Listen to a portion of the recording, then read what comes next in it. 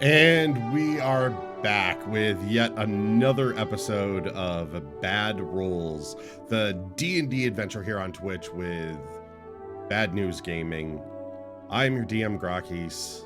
We're going to bring over all the players that are here today and see if anything's going on with them, and then we'll get into your recap, just in case you missed out on anything. So here we go, and there we are. Say hello to the audience.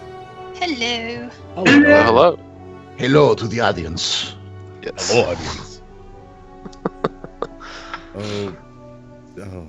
Oh, I'm in for it, aren't I? Of course. Yeah. You told us to act in character. Yes, it's for them. It's very much for them. So, yay. Hello. But when we're in the game, Yes. So just real quick, on an announcement from the side of the players, and I'll do this one, as you can see on the overlay here, on hiatus instead of just the standard AFK that I've thrown up. Nixie, Crass Kitty, who plays Nixie, won't be able to join us for a few episodes. She's had some opportunities come up, so it's actually a really good thing, and really proud of her as a streamer. Super awesome. So she's run into some scheduling issues, so she won't be able to make it for a while, but don't worry, as it says, Nixie will return. So just had to get that out of the way real quick. Anything, though, from the rest of you? Any announcements, things that you're doing, things coming up? What do we got? I moved continents. Welcome to the West Coast. I am in the USA. I still don't have a chair. Yes, chat. I am not in my bathroom right now. Thankfully, my apartment has like a boardroom thing, so I'm currently just kind of in a boardroom type situation, Nice. which allows me to tune into here. Actually, sit down on a chair for once, which is nice. I will be getting back up and running this week, though, so my streams will recommence at that point. Sooner if I can manage it. I think I might. We've got a cinema room. If I can plug my PlayStation 4 into there, might be able to stream from the cinema room, which would be nice. Ooh. But yes, so I will be back soon on my new streaming schedule, which I will post as soon as I figure it out.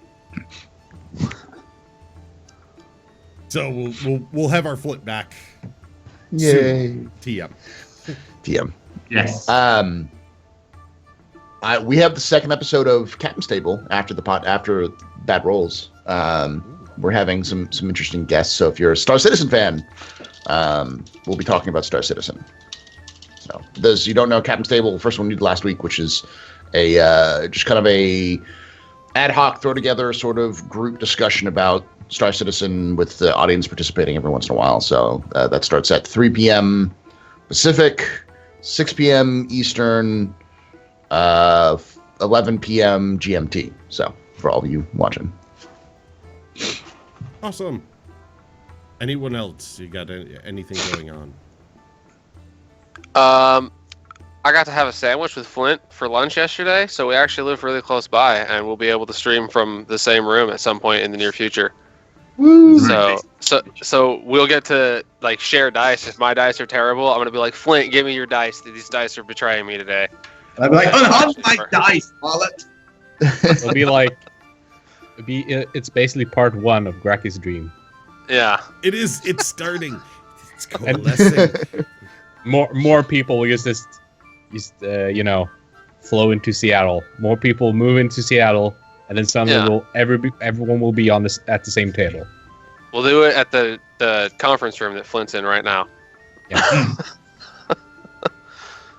We'll have the mics set up and everything. Eventually, we'll have a studio. Don't worry. I will make that happen if I have to rob a bank. It will happen. Well, we can try to rob a bank in game at some point, so you can figure out where you're gonna go wrong when you try to do it in real life. Try. I mean, try. Although the time frames are a little different, your opponents will have guns. How do you know yours won't? Yeah, exactly. I don't, but how do you know that Grakees have not put in real-time technological development into this game? So like next year they'll have invented the blunderbuss, and They'll have the iPhone 9. We'll be like, no. How did they get that? D&D iPhone 9. nuclear Fuck! I missile. only have the 7. Yeah. It's a really big fireball spell encapsulated inside a device that they drop from a magic carpet. So there you go. But anyway, moving on, I do have another thing for my channel coming up, actually, that I'm going to start doing. There's a site, iwannabeavoiceactor.com, and there's some really good exercises on there, and there's a lot of good information on essentially breaking into the industry. And as everyone knows, I love doing my voices and actually getting into the voices, like to the point where I could do them for hours on end, the real stuff. But there's a lot to actually practice and do. So I figure I'm going to make a video series going through all of those exercises and embarrassing myself. So look for that coming up soon. Yeah. Embarrassing myself on the internet for the fun. That's always fun. Anything else from anyone before we go recap? No. Nope, that's it. And Flint, how much HP did you gain last time? I leveled up. have 10 more. Your Broken. current HP goes up when that happens. So I was Okay, just so- fixing that for you. Letting You're the players know. 4 characters worth of a man. Where's the button? Here we go. All right. Come on. My computer's being slow. Here we go. Recap time. So, where we last left off on bad rolls, the party had summoned some form of silvery gateway in the center on the dais in the basement of Major Domo Solu Dil's manor, where they'd gotten down there. Entering through a portal in the wall, Thane Bristlework shows up and informs them that it is indeed the entrance to the maze they have been looking for. Stands there, holds his hands out, tries to do some sort of magic on it, and doesn't fully work. So, calling over the help of Haster in order to complete the task, they focus, and the moving and flowing liquid there solidifies into almost a mirror-like surface. The party jumps in quickly, one after the other, and ends up in a hallway. Dark, with a little campfire sitting there, not really knowing what's going on. So they proceed to adventure, winding past different doorways and hallways, coming upon one door, finding out that it wasn't a door, but it was some form of creature that had mimicked itself as the form of a door.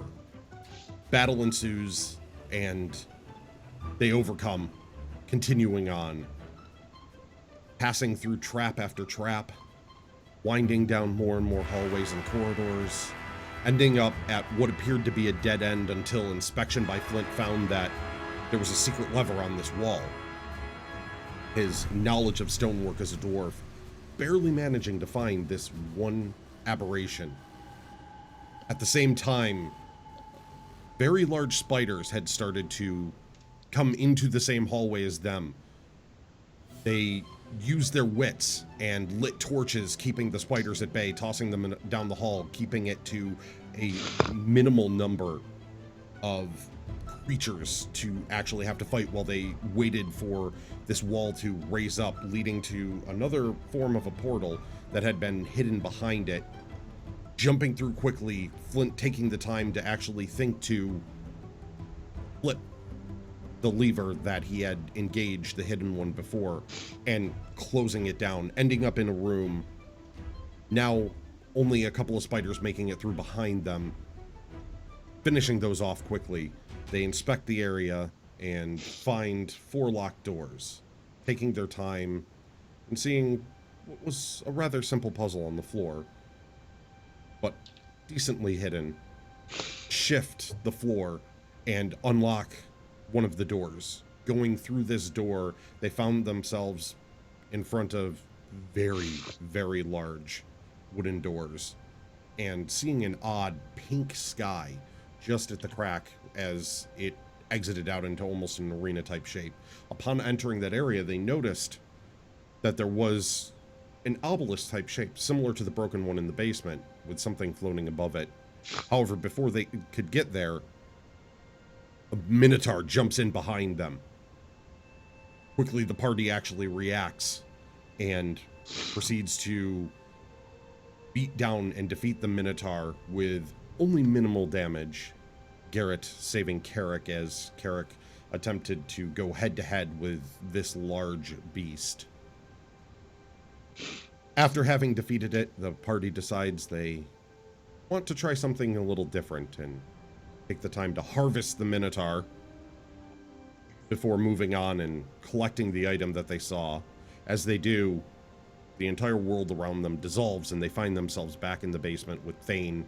Thane collecting the item quickly, looks at it, finds out it's almost a recorder-like music device, plays a quick little tune off of it, and it summons an entire party in the basement they were just in, with large, amazing tables full of food and beautiful servants coming out of all different races, scantily clad, both male and female.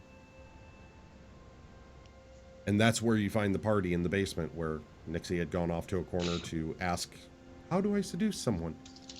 And Garrett off in another corner, deciding to disrobe quickly and create a pile of writhing bodies in some form of physical, sensual pleasure. Beautiful women and men, making everybody beautiful.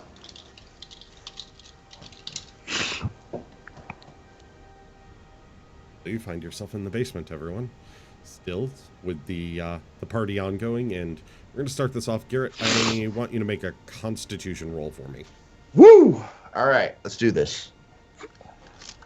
Is this the STD roll? This is the STD roll, yes. 10.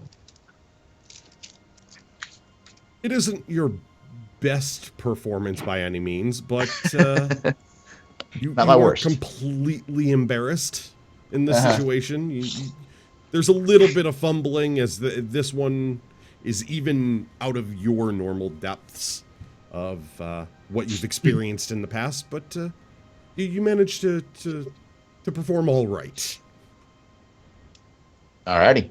Yes, that was a sex check. No, I'm not actually writing notes, but I am mentally taking notes.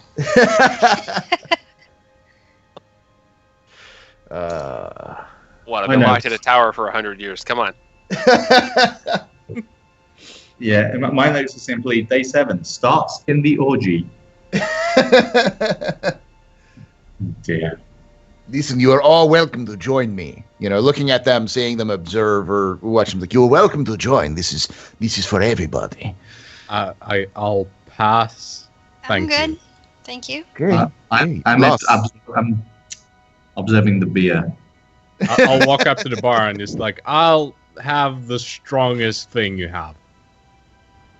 A very nicely dressed high elfin male is there and everything, and just looks at you, doesn't say anything though, it's very silent, and reaches over behind the bar and pours from a cask into a beautiful golden goblet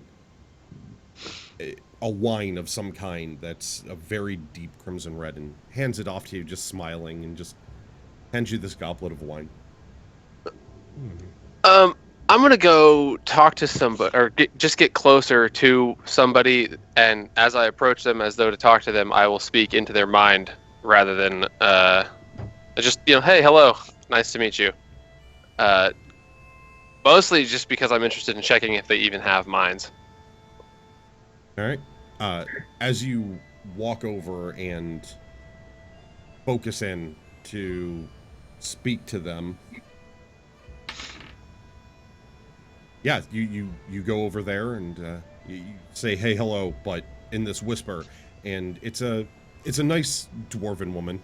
Again, they're all finely dressed in very thin gossamer robes made of silken material, and she just looks over at you and smiles, gives you a little wink. So, lovely lass, I'm going to switch to my actual voice now, instead of continuing to talk into her mind.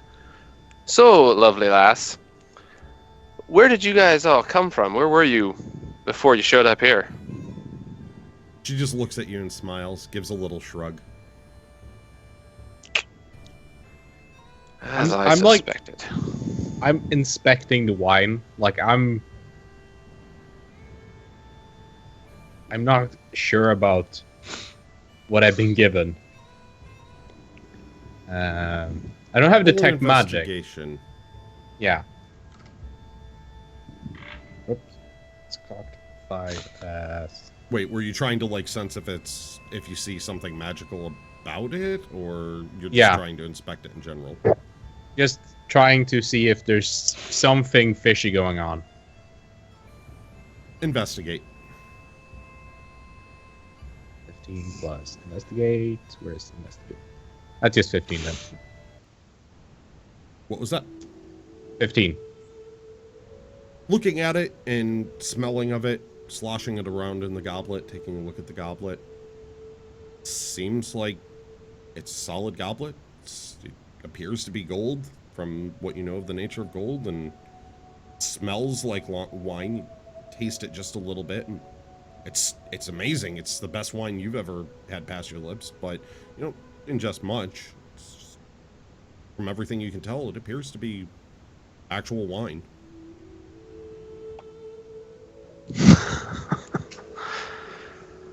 Nice. So, I think I'm gonna wander over to Raven. She's staying well out of this tangle of bodies, right? Yes. Okay. I'm mostly looking for people who are too drunk to notice if I pick their pockets. That's a good plan. I don't think they have much in their pockets. Do they Yeah, that's have true. pockets? Yeah, they might not be wearing clothes at all, but we'll see. My perception is 4. You're pretty distracted by the writhing pile of bodies over in the corner. You're trying not to look, and you're trying to keep your eyes around the room, and you do catch that they have on the very thin robe, so you don't see anything outright that would be pockets, but mostly your eyes keep flicking back over to the, well, let's not beat around the bush, the orgy over in the corner that Garrett has started In the up middle with of. this. Yeah, so Yes, Garrett's yes, over like there that. and- Yes, like that. Just like that. Oh, no, too much. Okay. Don't use the teeth. So this is a little bit distracting, so you don't really pick up on too much in the way of pockets that you could get into in any way. So, Okay. Raven, nothing worth pilfering that I could see, except maybe some of this wine. But I don't know how long you think you guys were gone, but it wasn't long. We need to get the hell out of here still. I kind of agree, but I don't really want to go anywhere near the halfling right now. I'm afraid Okay. of getting sucked into it. I know, but I It's like a think black maybe we can get the dwarf to pull him out, and we'll have to. Alright, I'll pull him out. The dwarf can carry his armor, and you and the bard need to help us get everybody else out of here. We can. And Nixie, I don't even know where she's at in this crowd of people right now. I'm pretty sure she'll fit in well with them, as she's a druid and can just be a cat if she needs to. You hear from the pile of Perception bodies. check for me. You said perception, right? Yep. I got a 9.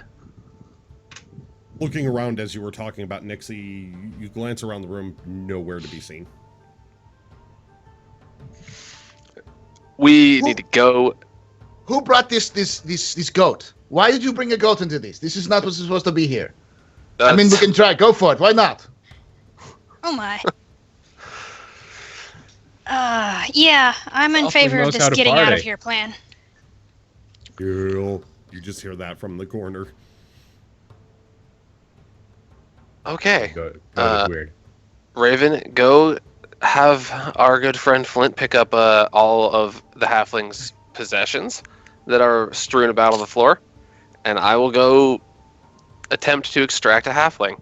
And I'm gonna go and pull my mask off and walk over there.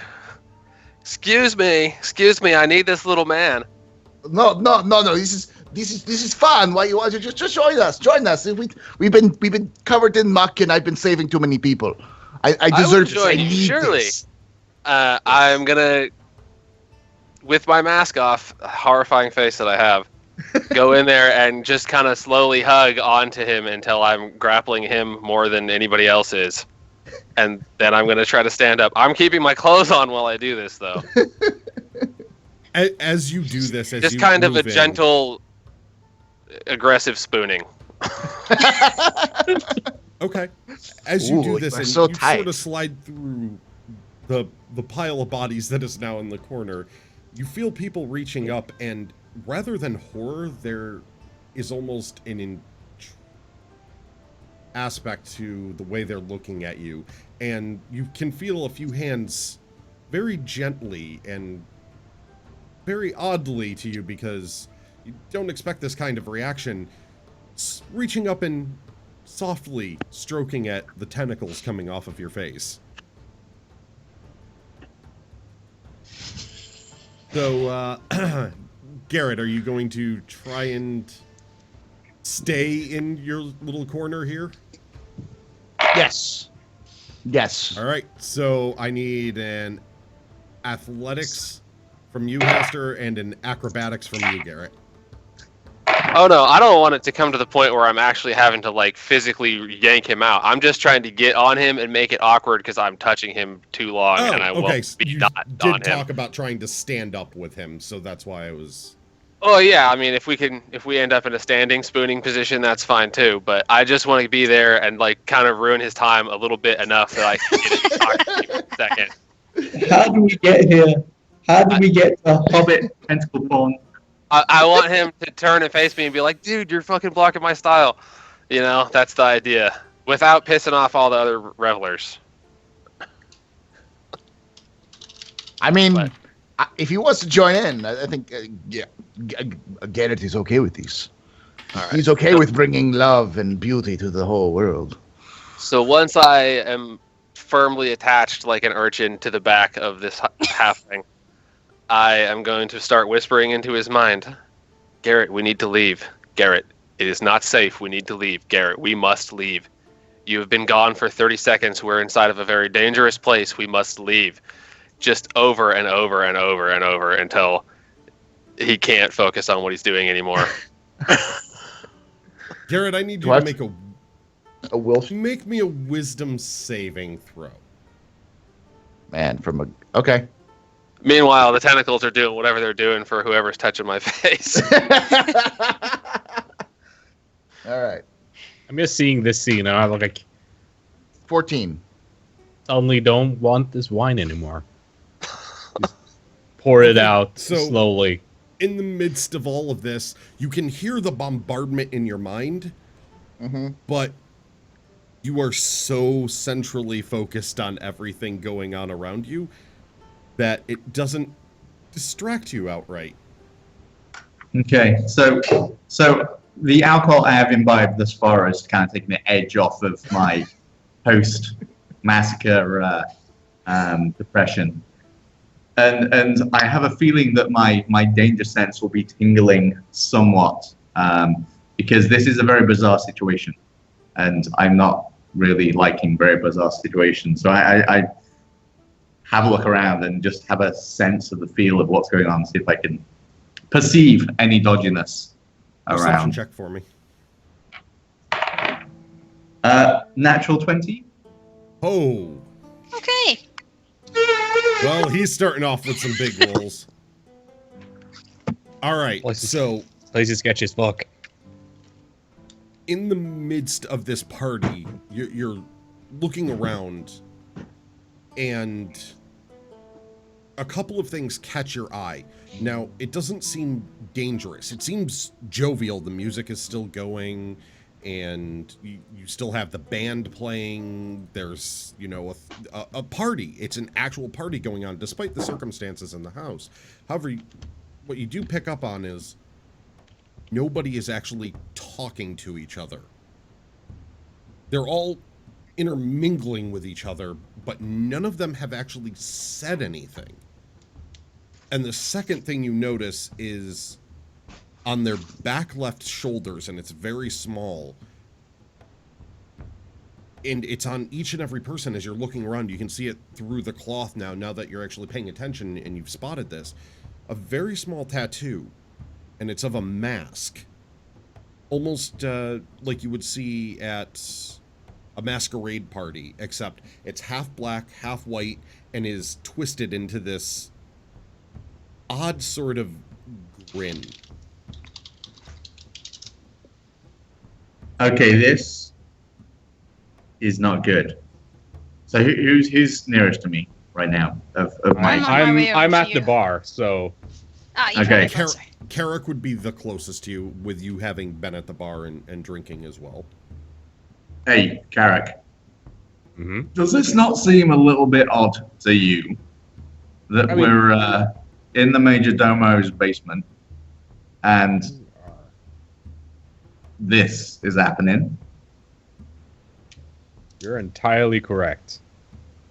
This is the best wine I've ever tasted, but Oh no, the ale was much appreciated, but and look, is anyone here actually talking? I've not seen another bloody person speaking.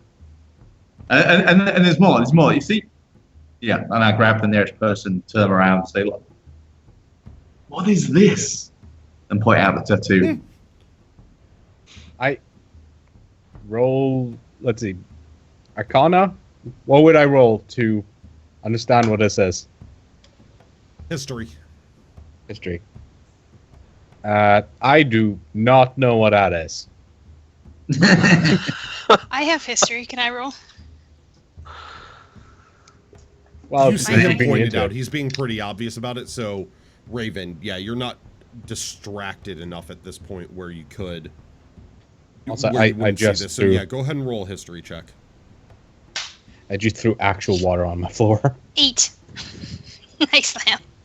In traveling the world and in your experiences, you've not seen anything specifically like this before. You haven't really heard any mentions of that symbol. Okay. Garrett, let's take this party outside. So I think we need to get out of here. I have a bad feeling about this. I have a bad feeling. Where's everyone else? Where's the little man? Garrett. I think he's if we right party over outside, there, the and I dwarf will go point at with the us. pile. Yeah, I'll Unroll walk up. that. Walk up to you guys. Say, Haster is attempting to extract Garrett from the middle of that orgy pile over there. If you wouldn't mind, hopefully helping or carrying his armor at least. Not again. I'll get him. I'll get out. He's precisely under that pile, like he's Garrett, at don't make the me bottom. shout. Pile to find the Garrett and bodily lift him from the pile.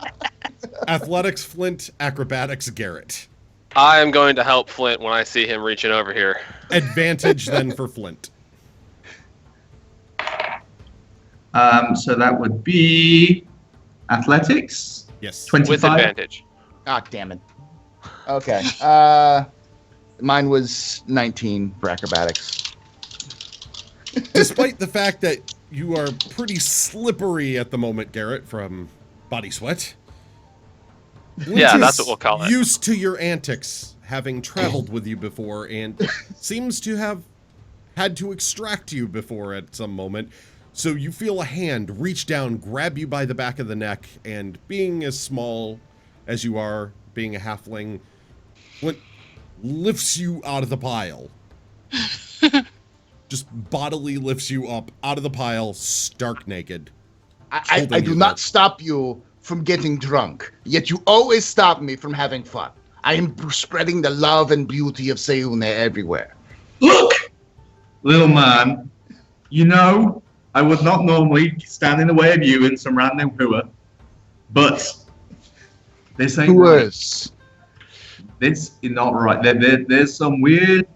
This is amazing. I have no idea what you're talking about. Ain't right. We've got like, I don't know how many people here. This has never happened before. A gentle slap in the face. Have you heard the saying, it's too good to be true? It is. Let's go. wise up. And Asta, what are you doing in that bloody pile? I thought you... What? You as well? Ah! Eh. Aster understands. He understands the love of Sayune. I'm not saying I didn't enjoy it in there, but I was trying to extract him without causing a scene. Well, right, Asta, you know about, like, things from long past. Have you seen what this symbol is before? Point out one of the little symbols on the shoulder. I got a 17 total. With the books that you've had access to and your knowledge and history, this isn't a symbol that you've come across either. This is... It's definitely... It stands out. It's very much a mark of something. You can tell that it does have what appears to be some sort of magical significance, but you have no idea where from or what it means. It's got a touch of the arcane to it, but if it's something that's happened in the last 100 years or so, I'm probably missed out. Of course, it's magic. Lots of symbology comes around in 100 years. Sorry. The gnome summoned this party with a flute. Yeah. I'm not saying it's not magic. I'm just saying it's probably is. Well, Yeah, but I either don't know way, how to manipulate this magic at all. It's some kind of magic I don't understand or haven't studied, so... While they're talking, and now that I've been extracted, I wiggle my way out of his grip to try to put my armor and clothes back on. Because I am stark naked right now. As I see him start to go Absolutely for naked. his gear, I'm going to prestidigitate him like a little cleaner so he doesn't slip out of it as he tries to put it on. All right, Suddenly Clint, I are you feel- still trying to keep him aloft in the air at this point, or are you going to let him As I'm wiggling, down? as he wiggling, say, you're not going back in that bloody file. I'm getting my armor on. Come on. Well, you better, because we're getting the hell out of here. Put him down. All right, so Garrett takes the next about 20 minutes or so putting the armor on. This is pretty hefty armor, so it takes a while to rebuckle it, restrap it in just right. So the party continues on, even though looking about, they don't seem to notice you've left the pile. The pile continues. It just keeps to have the momentum that seems to have been started in certain areas. Everyone keeps milling about, drinking. They seem to be having a good time, but after having noticed, it's a little bit eerie because, again, there's no speech at all. So See. I just while I'm Look. waiting for Garrett to finish putting his armor on, I'm going to grab a nearby elf female, if I can, and just take her hand and, like, tentacle up her hand and have her, like, pet my head. And just... I'm not having, like, the full-on orgy experience, but I am going to enjoy myself while I'm here. You Asta, have put it yourself down. Yeah, you have a little bit of a Caligula moment as you find yourself a nice black-haired elven woman, and she's dressed again in the silky gossamer robes, and she comes over and she brings some food as well to feed to you, and strokes across do the back not of your eat. head and down the tentacles, just smiling at you.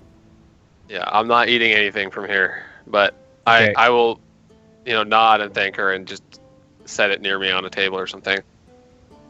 Okay, this is getting way too freaky. I'm getting out of here. I don't know about you guys, but I'm leaving. Yeah, I'm I mean, I start I'm behind storming out of the room.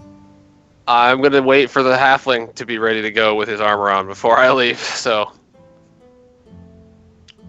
I'm still working. Once I'm done and I'm ready, I will take a deep. Okay, let's do this.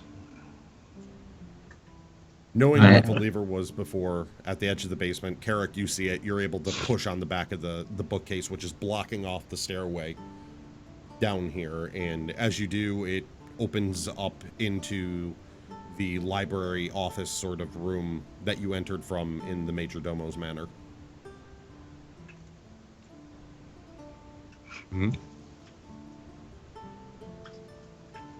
Is it still trash? I haven't Still been here trashed. before. Can That's right, I you wrote that. listen to see if anybody has been in the building or is in the building? Any footsteps? So, yeah, you can check, do a perception, and Carrick, you walk into an office room. That's right, you weren't there.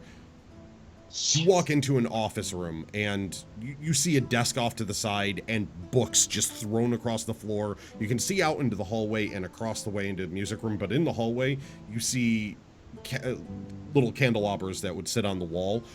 Just, there's a few of them littered across the floor there. And over at the desk, there's a bunch of scorch marks around. I turn back to Raven like, what did you do? What'd you roll, Raven? 15. We explored. Listening, That is what we did. We explored. you don't hear any footsteps. However, the music coming in from the basement is pretty loud, but you're picking up music out on the streets now. Guys, I hear music outside, so we might want to use caution here. What? I don't know. I just hear music coming from outside the house. Sit tight. There's no one storming off. He probably like a whole citywide thing now. Oh, no. Really? Calm down, Garrett. So first we turn a bloody forest into a death trap. And now And we've turned the city into an orgy? What? It's not necessarily an orgy. I just happen Let's go to find out. love Sayune. I will say the latter is better. Depends. With Venus wrong with flytrap, anyone? Right, so have a little peek out the front window, see if we can see any guards by the front door. All right, roll perception as you peek out there. I also tried to peek. The curtains are still drawn from when you drew them before to hide the room and the street, so 13. Blind as a bat. you peek outside and it's pretty bright out there, oddly enough, because you were in that maze and it felt like hours. Yet, when you look outside, it's almost the exact same time of day. It's only what now appears after the time with the party and waiting for Garrett to put his armor on. Seems like maybe only an hour has passed since you came into the manor.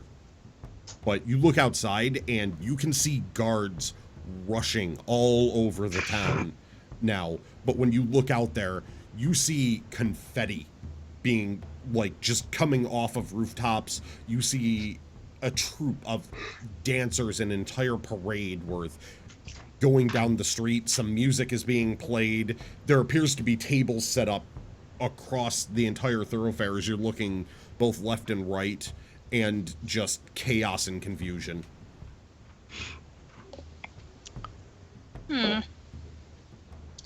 Nobody standing right by the front door that we can see from the windows inside?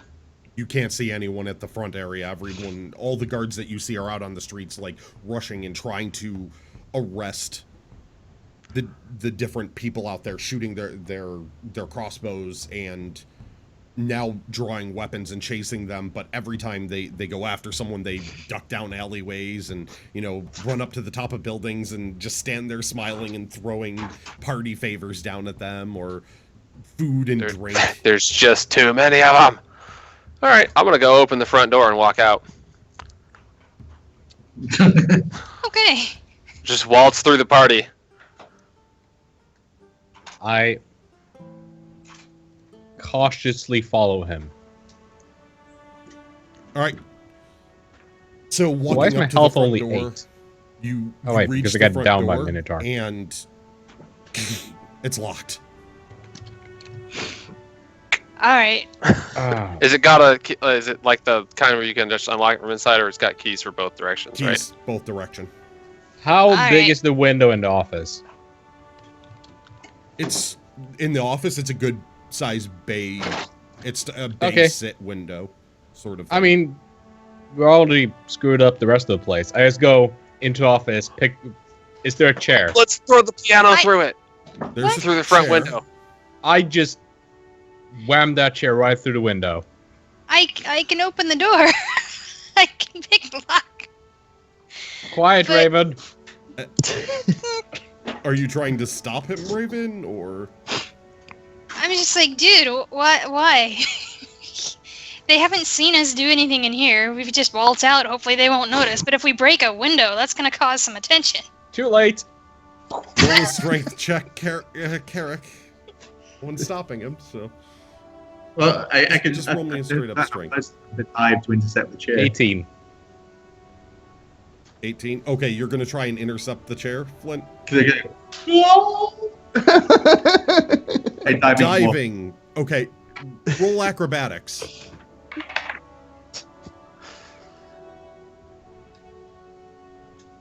Nine.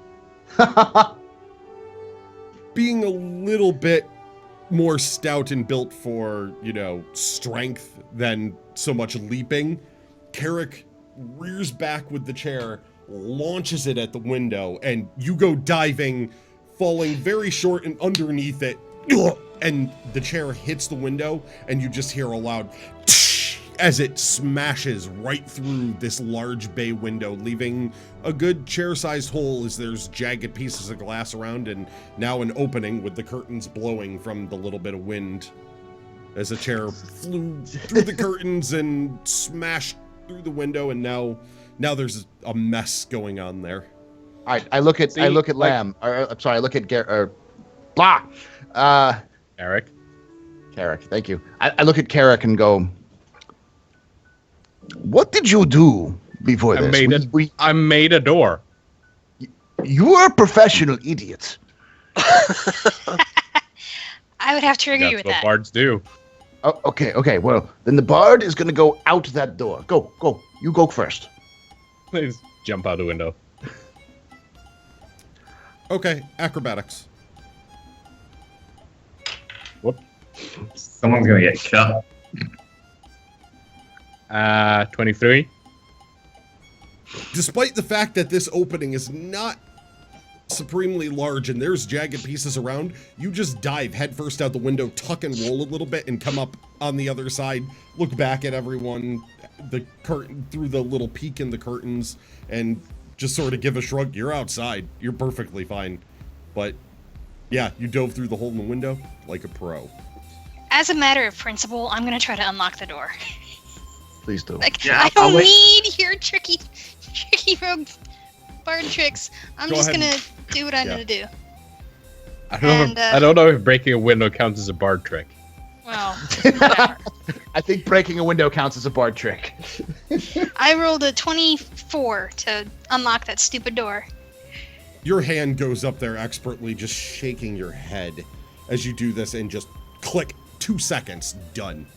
That door just pops right open. You walk outside and look over at Carrick standing there smiling like he all proud of himself with that the window break and the dive roll, and just looking, just why? So Just that look. You'd already trashed the rest of the place. So don't blame me. But he wasn't gonna notice until he got home. That buys us time to escape. I don't think he will care. The entire city's a goddamn party. as I step out of the house for the last time, there's one other window in that room, right? Oh no. Like visible to me. In the main room in the library one? Yeah, there's like no downstairs, like out the stairs. Like out to get outside, just out the front door, right? There's 2 windows. There's like one facing the street and one on the other side of the house, right? There's 2 facing the street, which one was in the library office room up front, and the other one's in the music room, and then there's side windows across All right. the whole side of the house. There's 4. So of I them. can There's 2 I per can room. lean my head into one room and there's 2 windows in there though, right? There's like, if you go into one- the music in one room, other there's room? 3 windows in there. There's the big bay All right. windows up front, and then 2 side windows in the music. I'm just room. gonna go poke my head in the music room and Eldritch blast one of the windows out. Oh my gosh. Because it seemed like fun. He broke a window. That was cool. It's party time. Ugh. I'm a bad influence. Yeah. So- So, I'm guessing a 14 hits the window. Yeah, you Attack. fire Well, that was off. actually just The purple energy comes up around your hand. You fire it off, no problem, and you just hear this loud blast go off from... Even from outside, it's loud, and it shatters the entire window and leaves an actual hole in the wall, too, where the window frame was, which is now fallen out into the grass outside. And let's see... Eric, that's how you open a window door. Roll perception for me, Raven and Carrick. 17. I'm finally paying attention to her once. 15. Both of you look around, hearing the loud blast. The guards are still rushing back and forth on the street in the chaos. They didn't seem to notice this explosion go off in this area. In even better form, right at this second, Carrick, from behind you, you notice a wood elf jump out the window, feet first, go into another roll, rolls 3 times next to you, pops up with his bow drawn, aimed at you, gives you a little wink, and then puts it away back on his back. I'm better. So Zangulus just went for a 1-up on you. Show off. Right. Well, we'd better get back so we can get those kids a ride to the capital. Yes. Oh, Make our way through this party. That's what we were doing here. Garrett, Alright. if there's a party going on in the hotel, or sorry, the inn, when we get there, you should join it. We'll have time then, right? I think I'm partied out right now. I think for once my very angry, very, very dwarfy friend is right. This is something wrong about this. It was fun, yes, and I spread the love of Sayune, but nobody asked me about Sayune. Everybody was just quiet, which is, not the first time that's happened, but it's not fun, really. We'll see. We'll find you a nice, good orgy one day. Yes. I just need to find some place I can spread the love of Sayune. So I guess we need to go back and find that gnome. Yes. The Thane will be definitely the one to help us, I think. Do we have any indication of where Thane went, aside from everywhere? We could probably go back to the inn that we met him in the first place, I would imagine. Is the music coming from a specific direction? Yeah, like is there like, is the party coming from a specific, like, is the party heading somewhere? Roll me a perception check.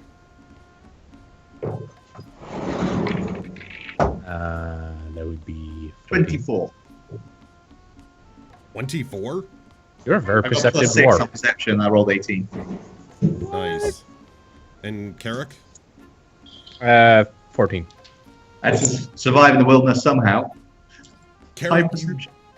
you don't really notice any specific direction going on to this party. However, Flint, you can tell now, peering off into the distance, the confetti coming down from the rooftops, which is one of the best noticing points you've realized. You can see it popping up in places across rooftops off in the distance now that weren't there before. So it seemed to be localized near the house and spreading outward, but it now appears to be popping up across the town, moving almost in a wave outward from this being a central location.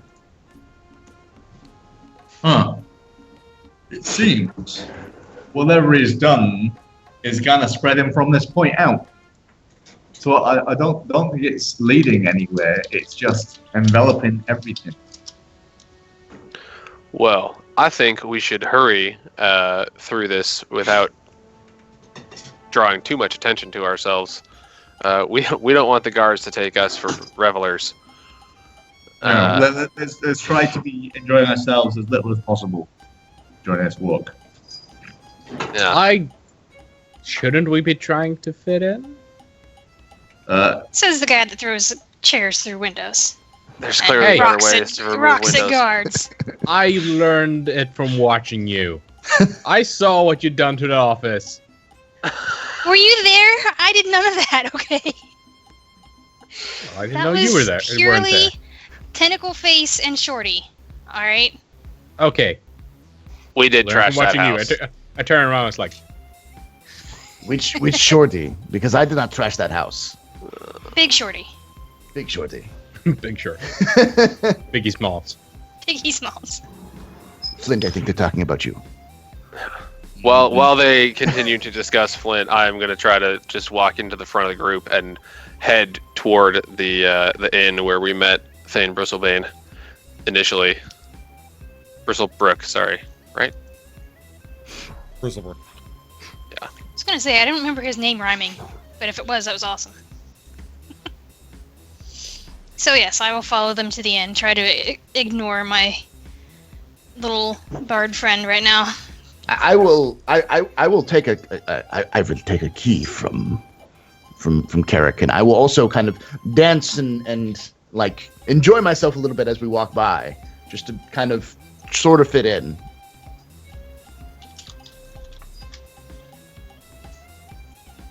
Yeah, I mean, I'm not gonna just completely ignore any revelers that come by me, but I'm definitely moving through the party with a purpose. I'm I'm ushering the rest of the party Go. after Aster. I'm just gonna follow. Like, slight, yes, fitting in, like keeping close to the party, but not actually participating. All right, everyone, roll me a stealth check. Oh no! Natural 20. I'm such a stealthy dwarf. I rolled a 1. I am the loudest rogue ever. I rolled an unmodified 20. I rolled a unmodified. I mean, I modified 20, not an Unmodified, I'm sorry. I rolled an unmodified 19 plus I got myself. a 16. I gotta roll. I gotta roll disadvantage, don't I? Ah, okay. Not as cool. Not for this one. I wasn't having you roll disadvantage for this. Okay, well, I was gonna say 21 if it's no disadvantage. Nope. No disadvantage for this one because you're just trying to kind of blend in. You're not sneaking into the shadows and not making noise. You're dancing. It's more of a, Yeah. Being subtle. it's sort of just trying to be a part of the crowd. And Raven, you're not really, your rhythm's way off to the beat of the music, and you stand out like a sore thumb. But the others noticing this sort of usher you off to the side and kind of stand between you and where anyone might be looking. And from what you can tell, no one seems to take notice of you at this moment. You seem to be blending into the chaos in the crowd. You look to be part of the revelry going on. It seems to be almost a split of some of the city now is out there talking and jovial, going about with jovial laughter, and seems to be joining in with the food and the party, and others are like shuttering their shops and doors quickly, and you can see them kind of like peeking their heads out the windows and looking down at the streets and the revelry, and just sort of sneering and sort of an upper, nose tip, like, oh my type of look to their face.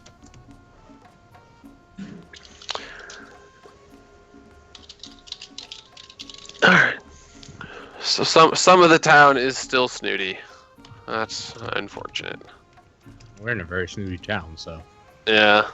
If you're to believe the lady and who was protecting the children, this entire town is evil. So I mean, I can see that. Maybe not We're the gonna entire have- town, but just the ruling class. They were gonna have me hanged for throwing a rock at a guard. Do we see any normal citizens, or is it all just these weird, speechless, tattooed revelers? I'm sorry? You cut out. Sorry, do we see any of the normal citizens, or is it all just these voiceless revelers? No, there were normal citizens. You could see they were talking and laughing and actually joining in with the party. That was part of that whole description Okay. setup. So So any of the normal citizens I can, as we walk through, that are close enough to me that I can do it, I want to whisper into their minds that they should take off their clothes. If they're like reveling with the sexy dancers or whatever, just take off your clothes. Wow. As I- as I go by. Roll me a persuasion with advantage. Oh yeah, all right. I will have a 21 total. Okay. Is it just Oh no, broadcast? sorry, 20. I have one less in persuasion than I thought I did. I'm starting to think that Haster is not a nice person. So, as you walk by, you notice a younger man standing there. Seems to be like early 20s, really, really pouring the booze back. And all of a sudden, he looks about like he just got this amazing idea. Let's go streaking! And just rips his clothes off right then and there, just tearing his shirt off, ripping the pants off, and goes, woo! And goes running down the street, like arms waving in the air, stark naked now. Hey, you! This is getting weird. Let's get to that tavern now. What you What you say? As that happens, What you say I'm- weird? I say fun.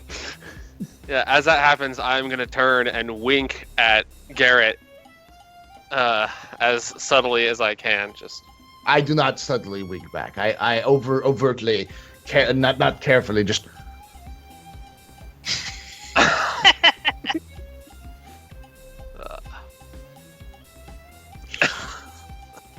The rest of us see this. I'm Oh, not yeah. being subtle. oh yeah, no. Oh yeah, So it was we're just kind of obvious. I'm just gonna glare at Haster. What? He probably won't get arrested.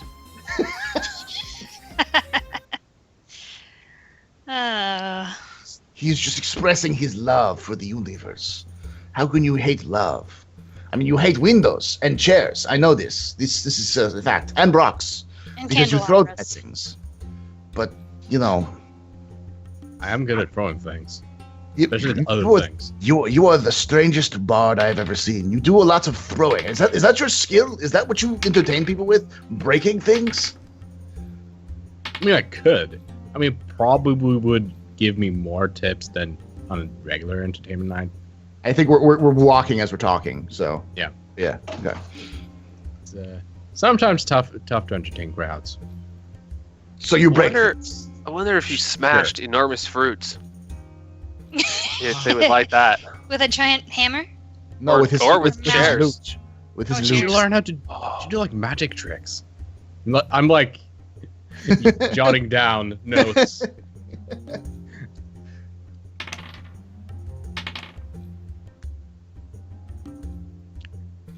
Yeah. What is everyone doing? You're in the middle of the walking. street. You're the party. Where are you walking to? walking We're to headed- the Tavern. The tavern. Yeah, we've been as we're walking and talking. The bait Okay. and switch. Okay, That's the bait and one in switch. That's the nice one, right? That we started out in. Yeah. Relatively nice compared where to we- the Drunken Mermaid. Yeah, was- yeah, At the gnome, right? yeah. Yeah. Yep, that's where you met him. So you're coming up on the end of the street now, working your way through this. Now seeing a few more people running by completely stark naked. It seems to be that when someone starts something, it spreads. So as you continue down the streets, you're noticing that the party's going strong and the guards are now completely losing control, and you can see them down the street actually backing up to the barracks now and starting to go back inside. Almost like a riot control group backing up. Like they've been beaten back now and they're retreating back inside. You don't know what for. But you get to the end of the main I just thoroughfare. yell after them. I just yell after them. Losers! Can I grab him by the ear? I just I'm- shove him onwards. Yeah. What's your AC? As I am. Lamps? 14. Okay. You all of a sudden notice at the last second as you're yelling losers, one of them looks over back at you and goes, "Oi!" And seems to have a recognition on his face, draws up his hand crossbow immediately and takes a shot down the street at you. Oh, great. Thinking that you're going to be able to duck out of the way quick, you aren't quite fast enough, and it catches you right in the side of the arm. Make a Constitution save for me. Please Carrick. pass out. Please pass out. Please pass out. Please pass out. 19. He's addicted to the stuff. You feel the effects of the drugs start to hit you, but having felt it before, you're a little bit out of it now. A little bit woozy, but you don't go down. You can feel it in your system though. It's like being pretty drunk and a touch of something else. You're not quite sure what. But they took the shot at you, and now you can see the parties mixing up amongst them, and they go to pursue, but there's too many bodies now. The streets are starting to fill up more, and they can't really rush out into the crowd, but they notice you, and some of them are starting to point and shout after him. And roll a perception for me, all of you. I'm gonna grab that bolt out of his shoulder and yank it out if I can. I got a 10 on another my one. perception. Why do I keep rolling 13. 14 on my perception checks? 1, 14. What did you guys get? Anyone? I got a 13. 8. You can hear them shouting something after you, but you can't pick up what amongst the music and the sound and the revelry. And Haster, without issue, you reach Let's in over quickly to go, his shoulder and quickly. just you can see blood trickle down his arm. I think we need to duck out over here. Quickly go. Quickly go. Come You on. think? Quickly go. You think, Carrick? I just wobble down into an alleyway. I'm gonna break the crossbow bolt that I pulled out and drop the pieces on the ground. All right, you snap them and they're tossed. Alrighty. And now I will follow the rest of my party. Well, we're following you, aren't we? Well, you guys ducked off the street. Well, Well, no, apparently we're following Carrick because Carrick ducked off the street. Well, I just grabbed Carrick by the back of the cloak or whatever, and chuck him over my shoulder. Hey, Are you? stop! No. I'm gonna pat him on the head and be like, "Shh, go to sleep." Right, which way is this bloody tavern? You're I'll start almost doing my there best at to guide this him. point. You can see it just maybe 100 feet in front of you off onto the right. You're coming up on the docks now. The party's spreading out even further, and you can see more and more people starting to spill into the streets now. And noticing that this area was pretty sealed off before and seemed to have restricted flow of people, there seems to be a lot of people here now.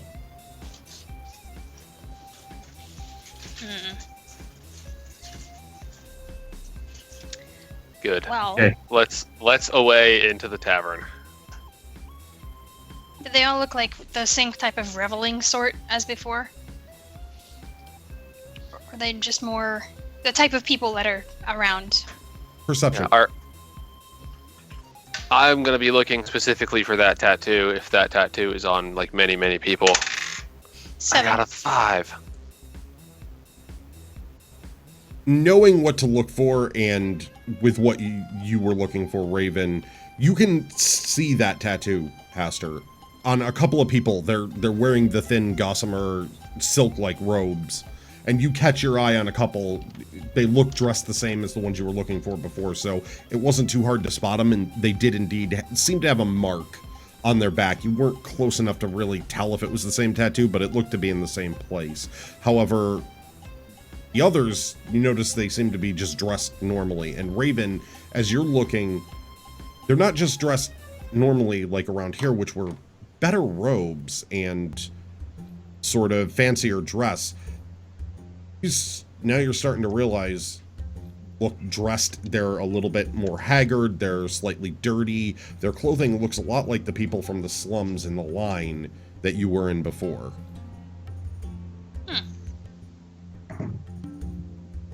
I kind of nudge Haster with my elbow. Have you noticed these guys look a little more tattered than the previous folks? Like they look slummy. Shabbier. Yeah. Yeah. I just I go think that- like Because I'm sleeping. I party hobos, and then I fall asleep again. Let's get inside before Yeah. the party hobos ask us for money. Yeah, heading inside, inadvertently bashing the bard's head against the door frame on the way through. Someone says something to him and he turns. It's just whap. I approve. So you all come up to the Bait and Switch Tavern that you first started out in. It's the same building, and as you approach the door to go inside, you reach for the handle, and it is barred. Like, the handle moves to open the doorway to the tavern, but you can't get the door open at all. It's really like something's holding it in place. Back door up on the roof. Let's check different ways in. Well, I suppose I just dump the bard on the floor and then give it a good old shove. Roll me athletics. I'm gonna ask Zangulus if he can go check the way in on the roof, like one of the windows up there. He looks over at you. All right, I'm on it. Okay, so my athletics would be a 22. All right, as you're working on the door, you see Zangulus disappear around the corner of the tavern over to sort of the side near the docks, around the back edge where the ladder was that Nixie took to sleep up on the roof.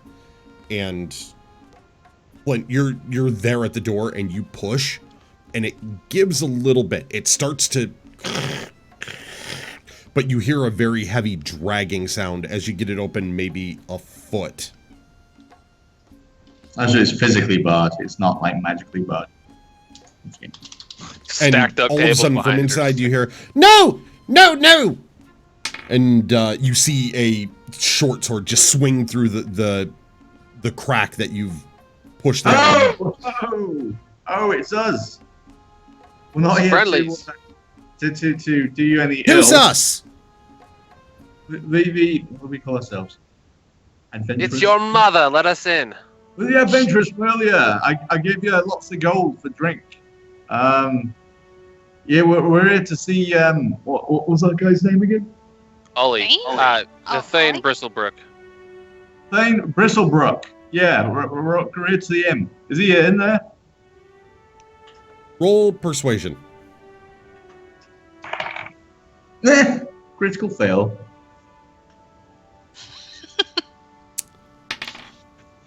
From inside, I step back. I said for them to step back as they go. Oh, go ahead. Sorry, Grakees. you just hear from inside, "I don't believe you! Damn Okay, partiers, you're gonna destroy the place!" And you all of a sudden, and the door slams shut. Okay. Didn't somebody have a romantic interlude with the lady? I might have Yeah, spoiled that a bit. I'm on the floor. Oh, Sleeping. yeah. All right, go on then. I will knock on the door and I will say through the miladies, whoever who is in there, it is simply me, Gerrit Vanya. I am here to spread the love of Sayune and protect you from these ruinous partiers. Come in and I will help protect you. Me and my friends are here on a holy mission to protect your humble establishment. Roll me a persuasion check. 24. I am really good at With that, persuasion. you hear the shoving of something heavy inside. There's something being moved about. Something really heavy is being shifted. And the door opens just a crack, and you see the older woman again peeking out. And she looks back out and, "Right, all of you, hurry, now, in!" And opens the door as you turn your heads and you see a throng of people now heading for the tavern. I'm gonna shout up, Zangulus, get down here now! Quick! Roll me a quick perception. I got an 8. Okay. You do that, and you don't see Zangulus anywhere nearby at the moment. Son of a... I'm just gonna duck inside. He'll figure it out. He's dodgy. He's a ranger. He's fine. He's a ranger. Not dodgy like dodgy. Like dodgy as he can dodge away from things. Slippery. Slippery. That's a better word. He's both dodgy The crowd and dodgy. is now like 60 feet away. What are all of you doing? I I'm help Get them. in the building. Yeah, I'm getting in the building, and then I'm helping them bar the door. shit! No! Grab the bard. Oh, No, the Leave bar. it. No, Leave it. no, Stop. I'm leaving the Yeah, bar. give- I am leaving the bar. quickly grab his spot and drag him through. Okay. Athletics from Flint, athletics from Garrett. I just did the assist option for Flint with that athletics. 16, 17. And Flint? 23. Okay.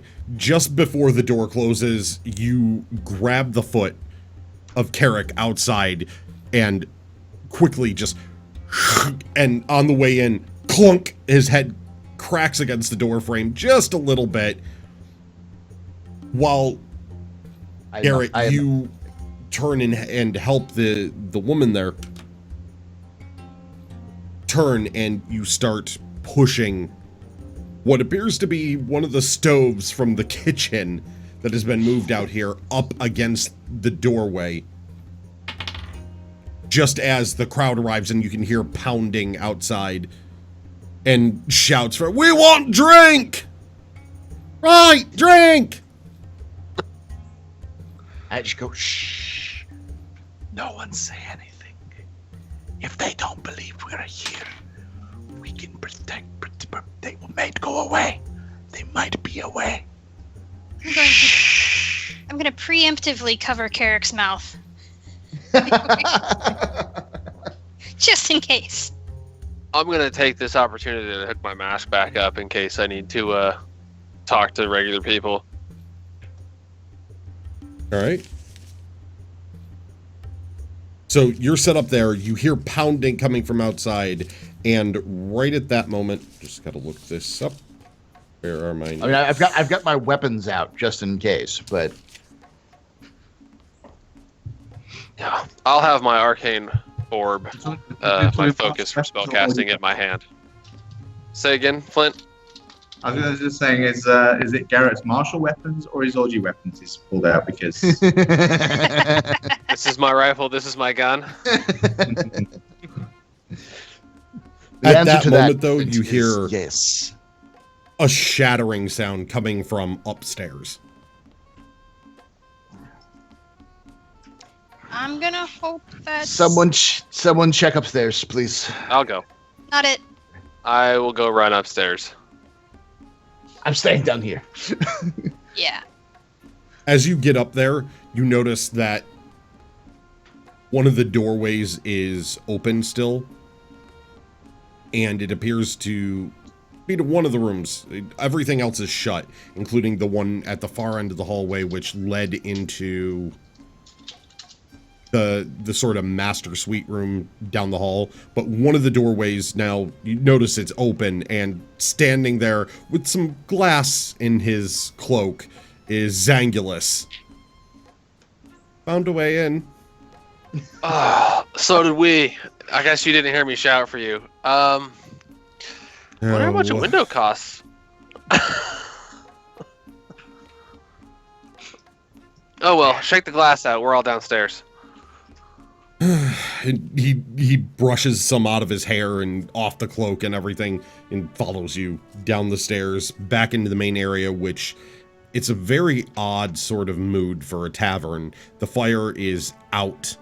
Everyone seems to be on lockdown. It's almost like the building is under siege, yet outside it's revelry and a party. It's a very interesting juxtaposition of scenario going on. As I'm walking down the stairs with Zangulus next to me, I'm gonna say to him, I don't think I should really talk to this woman much. Can you make sure that somebody gets the Thane to show up? She's rather terrified of me from the last time I was here, I think. And when we get downstairs, I'm going to go walk over and sit down next to the not operational fireplace. And avoid terrifying this poor woman further, as it doesn't suit my purposes. All right. What's everyone doing? Can I roll con to sober up? I'm staying by the door, but I'm sitting down. Is there a chair that I can sit down and just kind of watch the door? You can pull over a chair easily. Okay. So you walk over and you pull a chair over from one of the tables quite easily and put it down near the door and watch it. I'm gonna sit down and I'm gonna call it's the lady who owns the place, right? I never got her name, but I know that there's a lady that owns the place. Got her name at some point, but I never wrote it down. Well, no, I never talked to her really. I know that it was a woman, but I know you guys had her name. I wasn't paying attention. I call her over real quickly if I can, and I just go, "Is there any other entrance to this place?" They're sealed up. It's except for the windows on the second floor. I mean, good. And then the doors are locked upstairs. Yes.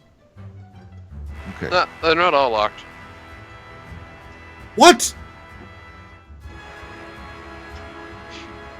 Sorry.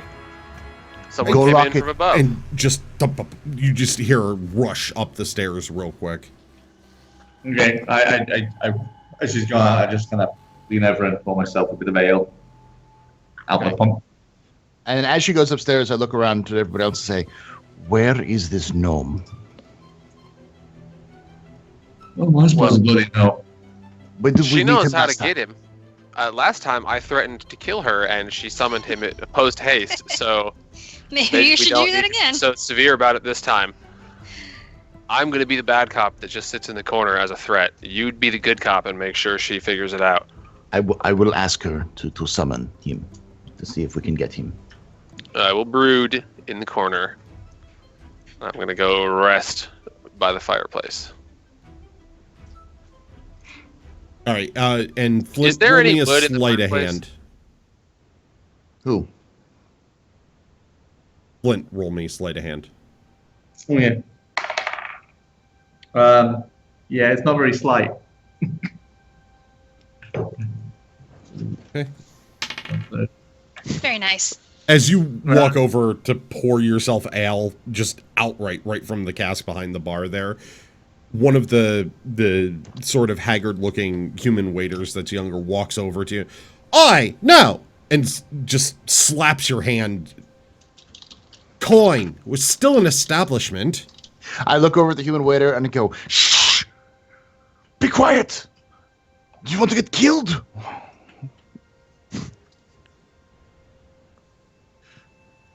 "Coin." Yeah, we're protecting you from the mob outside. All I want is a little bit of liquid refreshment. You can't let me have a little tipple of ale, maybe? "We were perfectly fine until you showed up. They weren't paying attention to us and we barricaded ourselves in." Well, it's not us, is it? It's your little gnome. The boss. The boss is boss. Your boss who made all those people come here. So I think we need some more information about what's going on around here, because you're right in the middle of it, whether you like it or not. Talking around away from the topic of beer. "I just clean the tables, cook some food, and serve the people. You think I know anything?" Well, you might know something. Where is your boss now? "You know as much as I. She ran upstairs after one of him, said something about an unlocked door. Trying to keep this place locked down." Maybe we should go check she's all right. And I start heading up the stairs to go check on her with the ale secretly, just kind of with me, hoping he doesn't notice. I just walked off without giving him the comment. The little bit that you got out before he stopped you.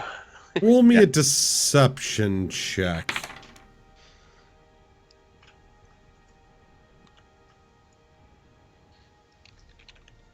Yeah.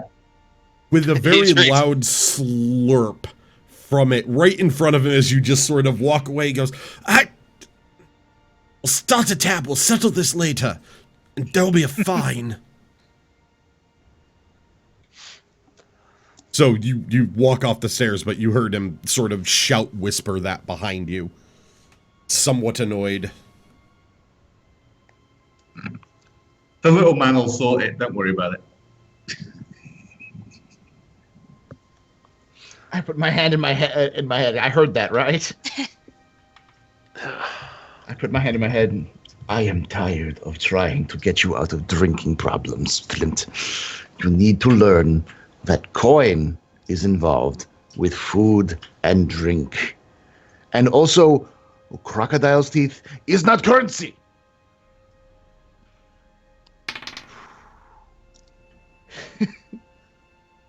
With that Garrett, shout of is not currency as Flint is up the stairs, and Flint, you kind of catch his voice trailing off, but hear that last bit of shout. All of a sudden, you hear more pounding on the door now, with people having been alerted. Turn up. And then continue upstairs to check on the lady. Do I find her? As you get up there, you see the long hallway on the second floor that was from before when you first arrived, with the multiple doors on both sides of the hallway and the one at the end, and all are closed, but you don't see anyone in the hall.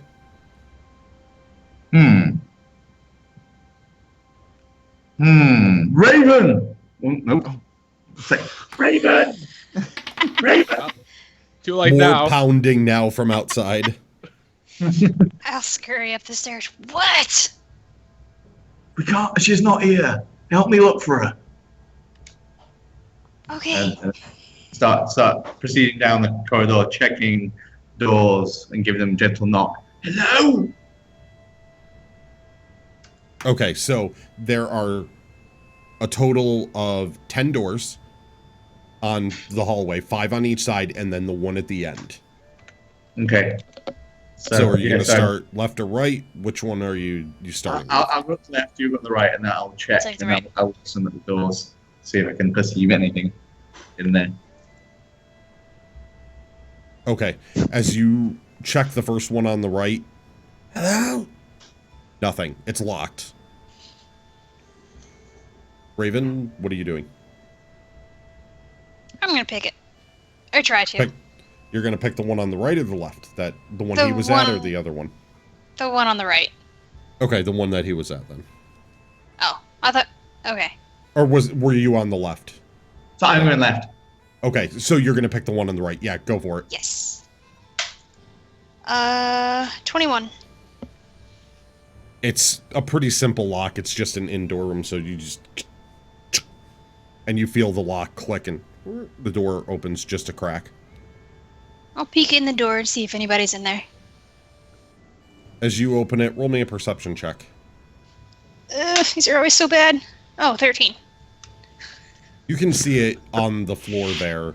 As you start to peek in the doorway, you notice the edge of a pair of feet and what looks like a seeping red stain starting. Flint! Flint! Get over here! I dash back. What? What? Oh, Shazmat. I'll go fully into the room and see what I can find. I'll grab a dagger and have it at the ready just in case. Alright, as you fling the door open to the room, the first one on the right, you notice the broken window from what you heard earlier, though you're assuming Zangulus because he came down the stairs afterwards and was told to go find one. So you see the broken window over on the wall of the bed, and when you look down, you notice just that. A couple of feet and a red stain around them where just above the ankle at the shin, they have been not cut, but torn off. You can see the ragged edges of the legs. And blood here, and it trails up and out the window. So this is the feet of the woman, just on the floor. Yeah, just the feet of what appears to have been her feet from what you can remember from what she was wearing, just the simple edges of the clothing and the shoes, but you're not 100% certain. Not at this point. Okay. Raven, don't take her shoes. I'll go get the rest of them, and I head back and pass along what we'd seen upstairs to everyone downstairs and say, look, we need to look into this. This is not good. No, Well, that's bad times. While he's gone, I'm gonna check her pockets. Wait, what did he pass along? There, Feel free. Raven, there's no there's- pockets. It's leg stump. What? Oh, so it's It's just just legs. Just leg stumps. Just stumpy, like possibly from just below the knee to the foot. Okay, Halfway I down thought the the legs shin, 2 left. foot. No, Gotcha. halfway down You the shin, 2 telling foot me- is all that's in the room. Ew. So I've just told you that we looked around upstairs. We found what we think is what's left of the woman, and it's just her ankles and feet and a trail of blood. Okay, so Let's we are lock the not door going to- back. Let's just lock that door and leave that stuff there, because whatever took her will probably want the rest of her. She's probably dead. But right now, what's important is to save those people who are still inside here from dying of a horrible, horrible death of whatever took her. Well, obviously the gnome's not here, and about the only lead we got is that trail. So I reckon we go up, we lock the door behind us upstairs, and we go investigate. Okay. I will turn to sober up everyone. now.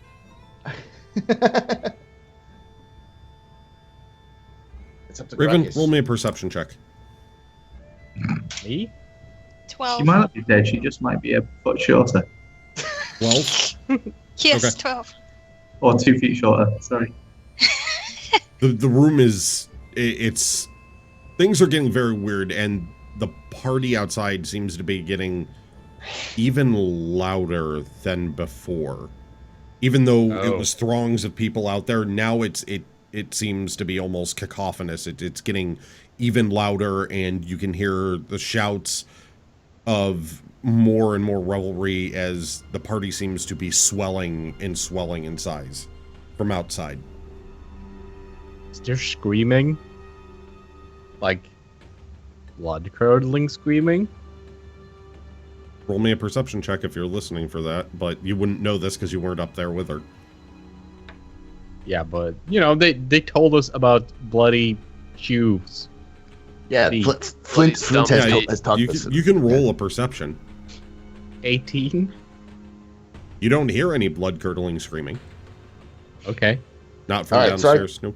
I turn to the rest of the people. I sneeze. Bless you. I Sayune, turn- bless you. Sayune, bless you. Bless you, my child. I turn to the rest of the tavern workers and go, is there any place you can go that will barricade you from the crowds?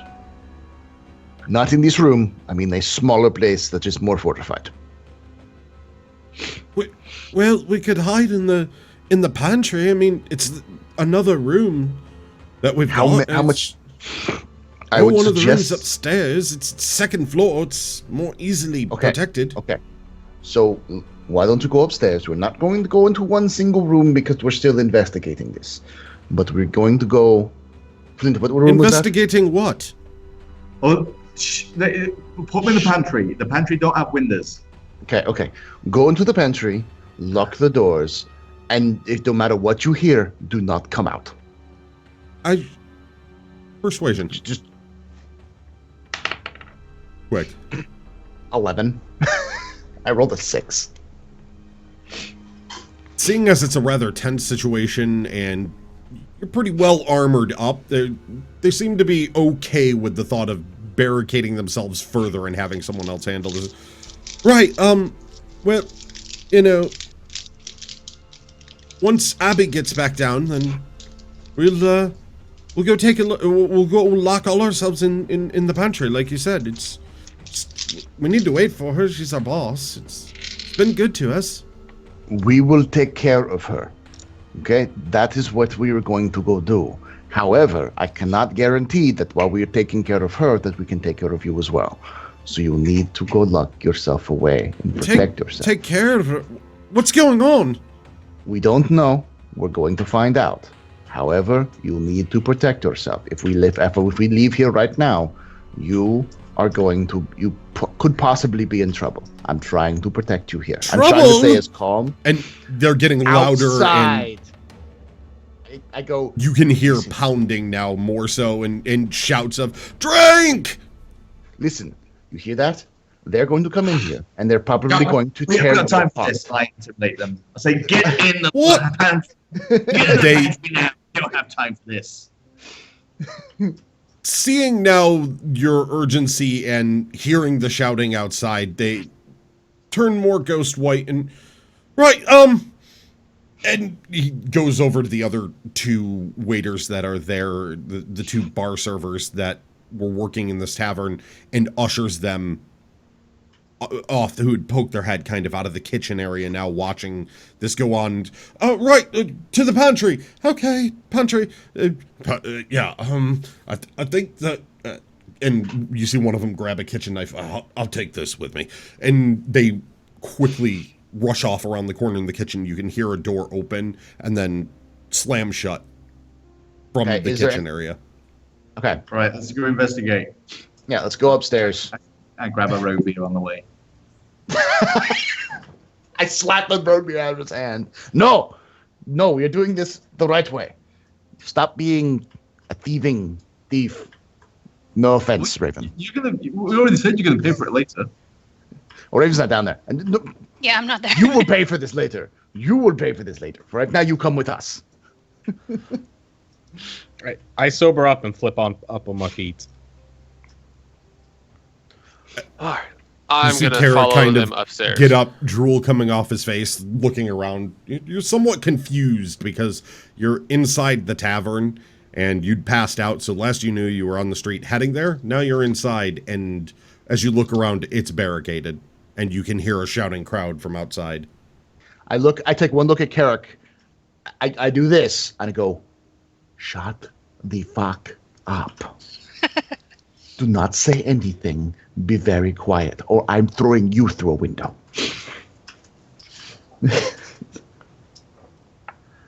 I just grin at him. As the two shorter guys go upstairs, I'm gonna walk over to Carrick and be like, "That actually would be a pretty good act if you could pull it off, having a halfling throw you through a window." So, I mean, I'd pay to see it. I mean, And then I go to walk upstairs. he's more stout than he looks. But by I, he means I will get Flint too. When you Do I guys really come up- have to convince you to throw him through a window? Anyway, so we're back upstairs, and as they're waiting for them to come up, I'm investigating the room around the scene of this carnage. Okay. So Notice Raven, anything. now the others all come up behind you, except for Zangulus, who, when you look back, he kind of motioned to you and just hand to lips and stuff, has an arrow knocked and is sitting there aiming at the door in the same chair that was dragged over. Now he's sitting there and he's got a position there. His weapon was at the ready when you left him, so he decided to stay behind and guard. So Raven, you see Haster and Flint, Garrett, and Carrick all now coming up the stairs and into the room with you. Those of you that weren't up there before now look down and see these two bloody leg stumps left behind there on the ground. When you guys Alright. walk in, I'm just casually poking the stumps with my dagger, and when I see you, I just put it away. It's like, hi. Okay, I immediately ignore the fact that Raven was being very dark and go to the stumps. Can I investigate the stumps and see what kind of, was it like a clean cut? Was it like something had grabbed her and ate her? Like trying to Go like ahead and determine. roll an investigation. You can tell outright it's jagged. That's visually obvious immediately. But you can check for signs of more. Their legs. 5. Yeah.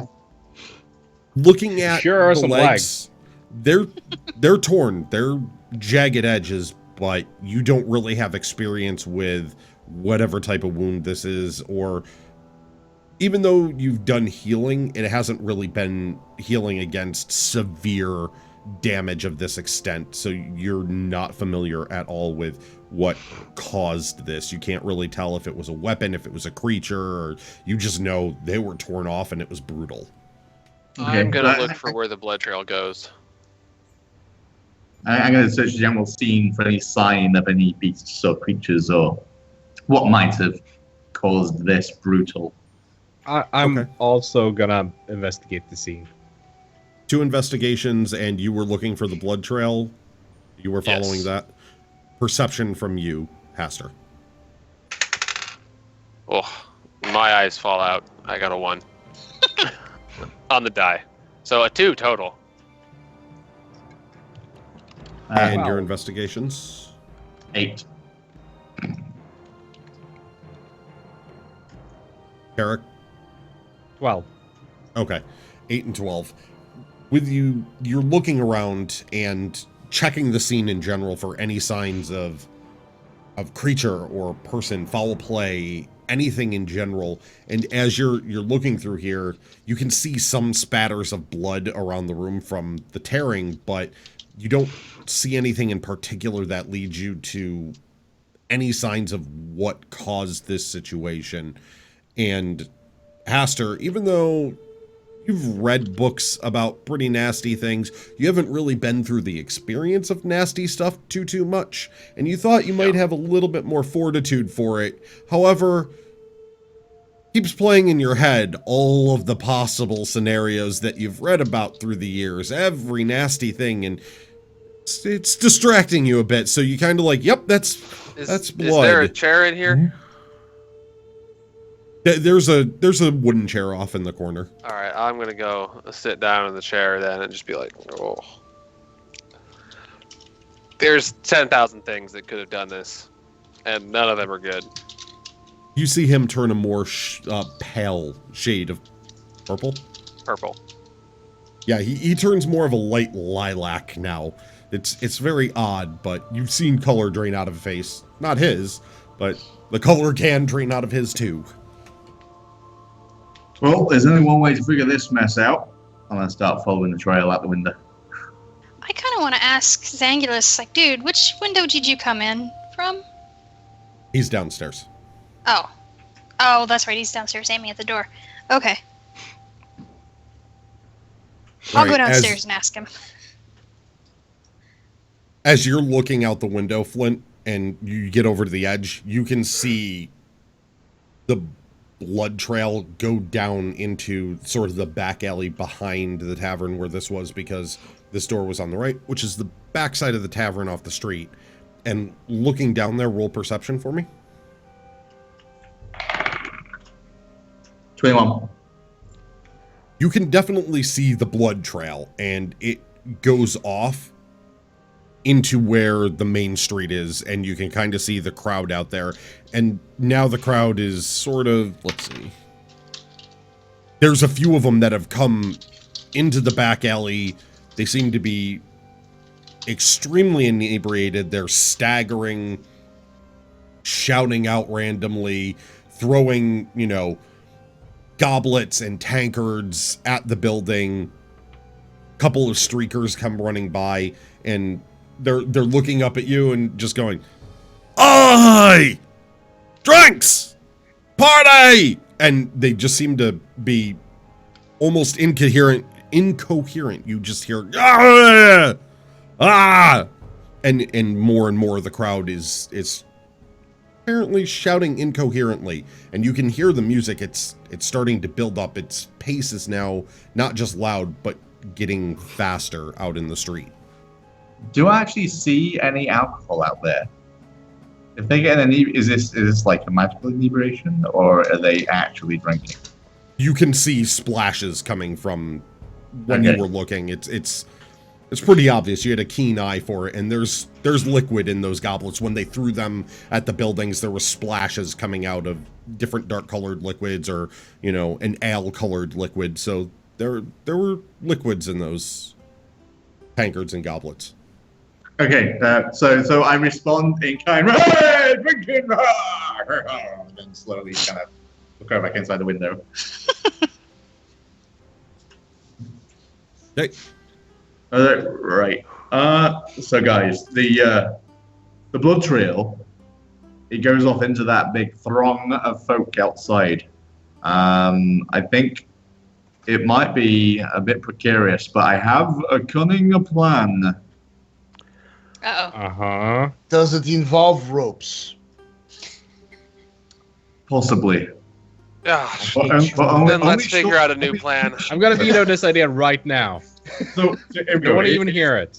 Here's the Wait. cunning plan. We grab a barrel of ale, because they're after ale, right? And we use the ale as distraction and then slip through the throng as they are distracted by the ale. I'll bet you that Zangulus is dexterous enough and strong enough that he could carry the ale across the top of buildings if they're close enough together as a distraction, like the Pied Piper, running them away. That's surprisingly clever for you, dwarf. That is actually very, very clever.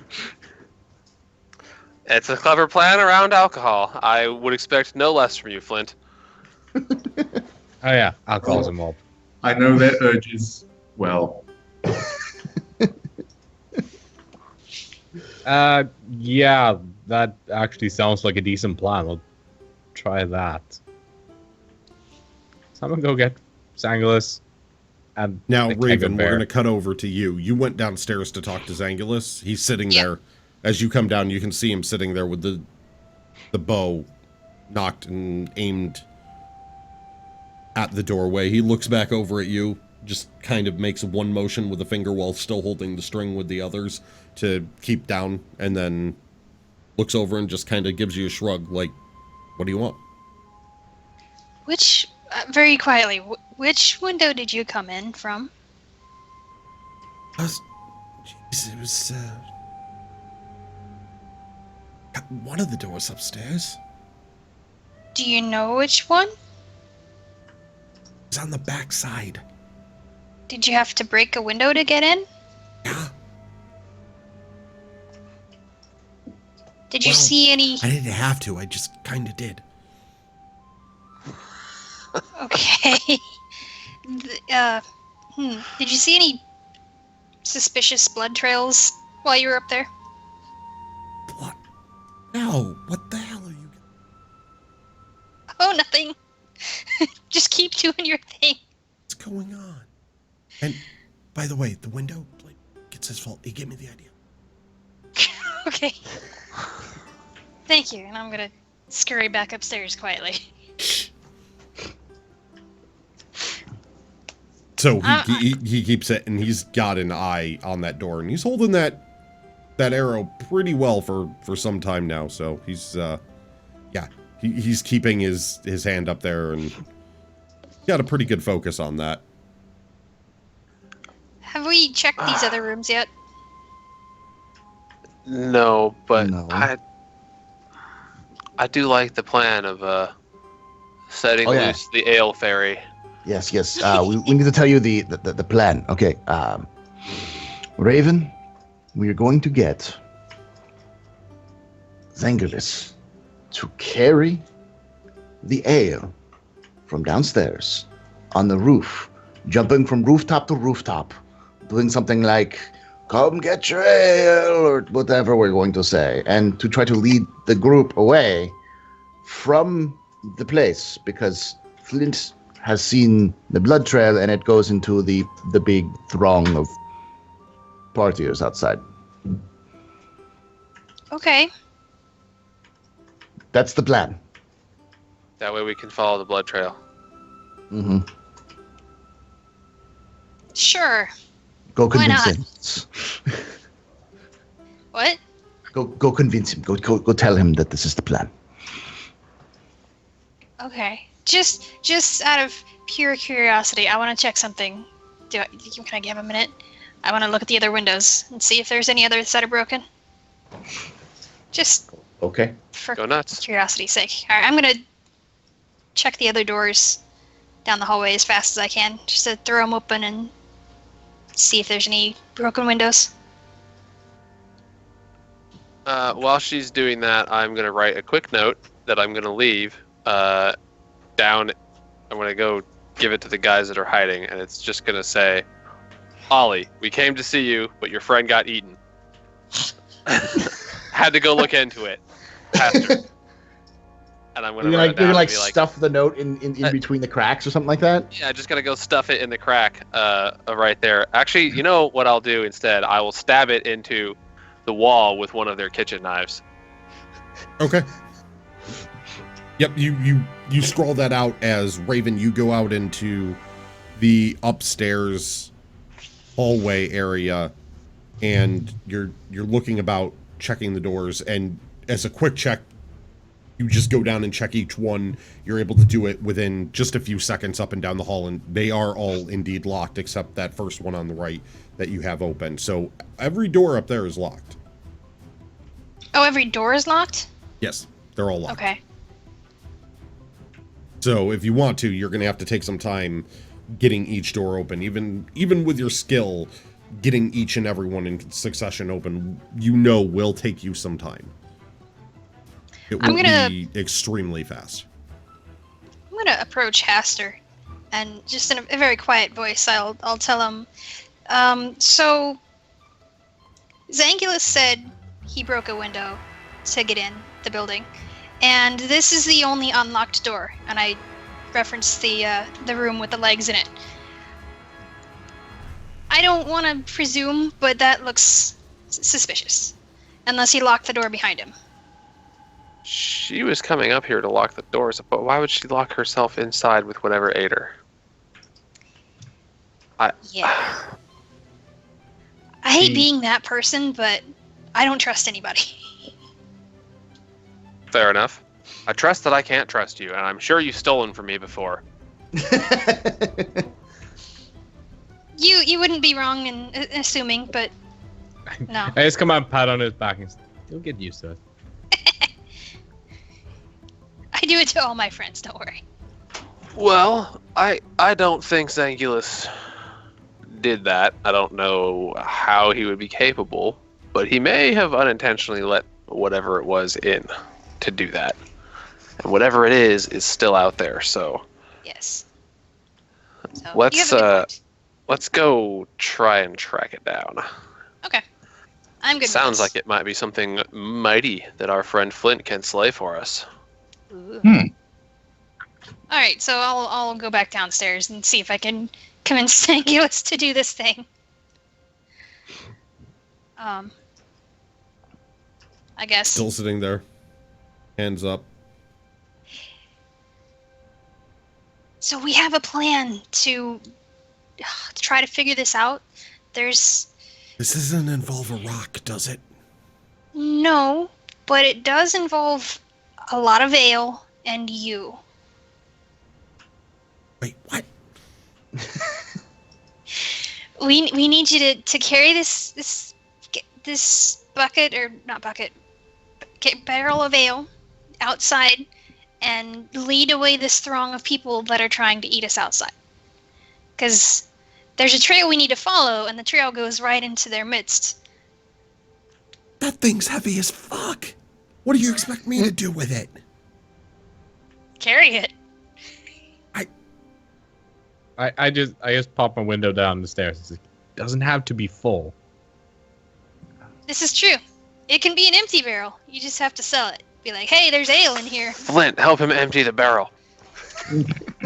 Oh, this is a bad idea.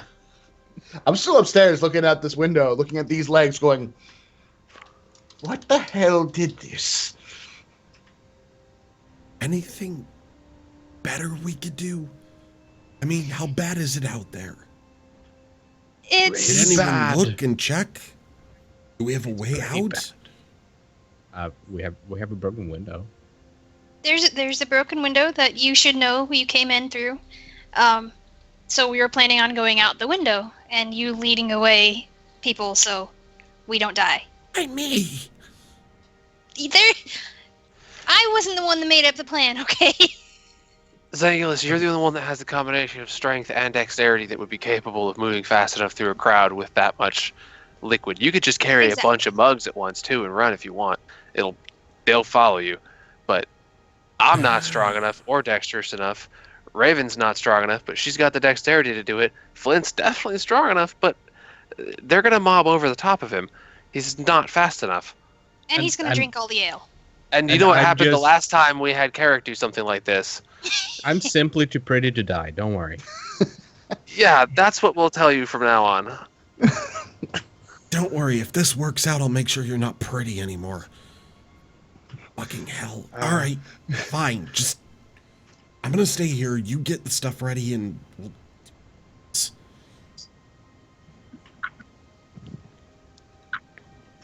Okay.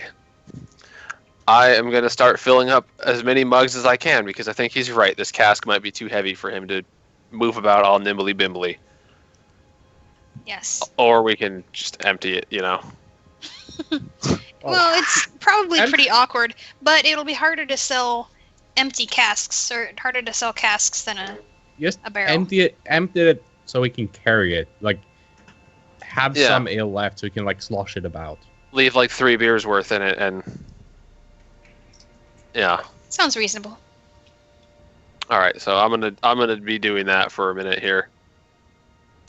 Take a sip off of one of them, and I don't want to just pour the ale on the floor. That would be atrocious, and I really don't want to anger the dwarf. So no, but so we're just not into mugs. Oh, well, leave them on the counter. Yeah, someone will get them eventually. All right, so you spend a good next 10 minutes, because this was a full, very large cask of ale. Heavy. These things, it's basically, it's having a keg. So you have to take the time to pour it out and out and out through the tap over and over. So you finally fill up every tankard you could find, every glass you could find, and you get it about 2/3 finished off from what was in there. With the bar just, and Flint, you see it, it's a sea of tankards of ale. All the way stretched down the bar. Flint, don't get any ideas. All right, Zangios, come over here and see if you can heft this. So, before we, like, set him off on his task, you know. I have to look at his character sheet for this. Made of that, plus his...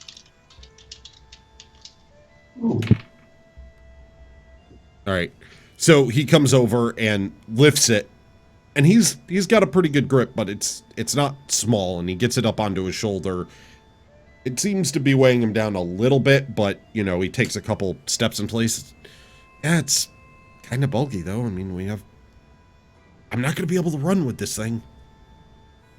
Alright, well then, let's see how many of these mugs, these tankards, you can get just gripped with your hands, grab as many by the handles, and we'll get you out with those.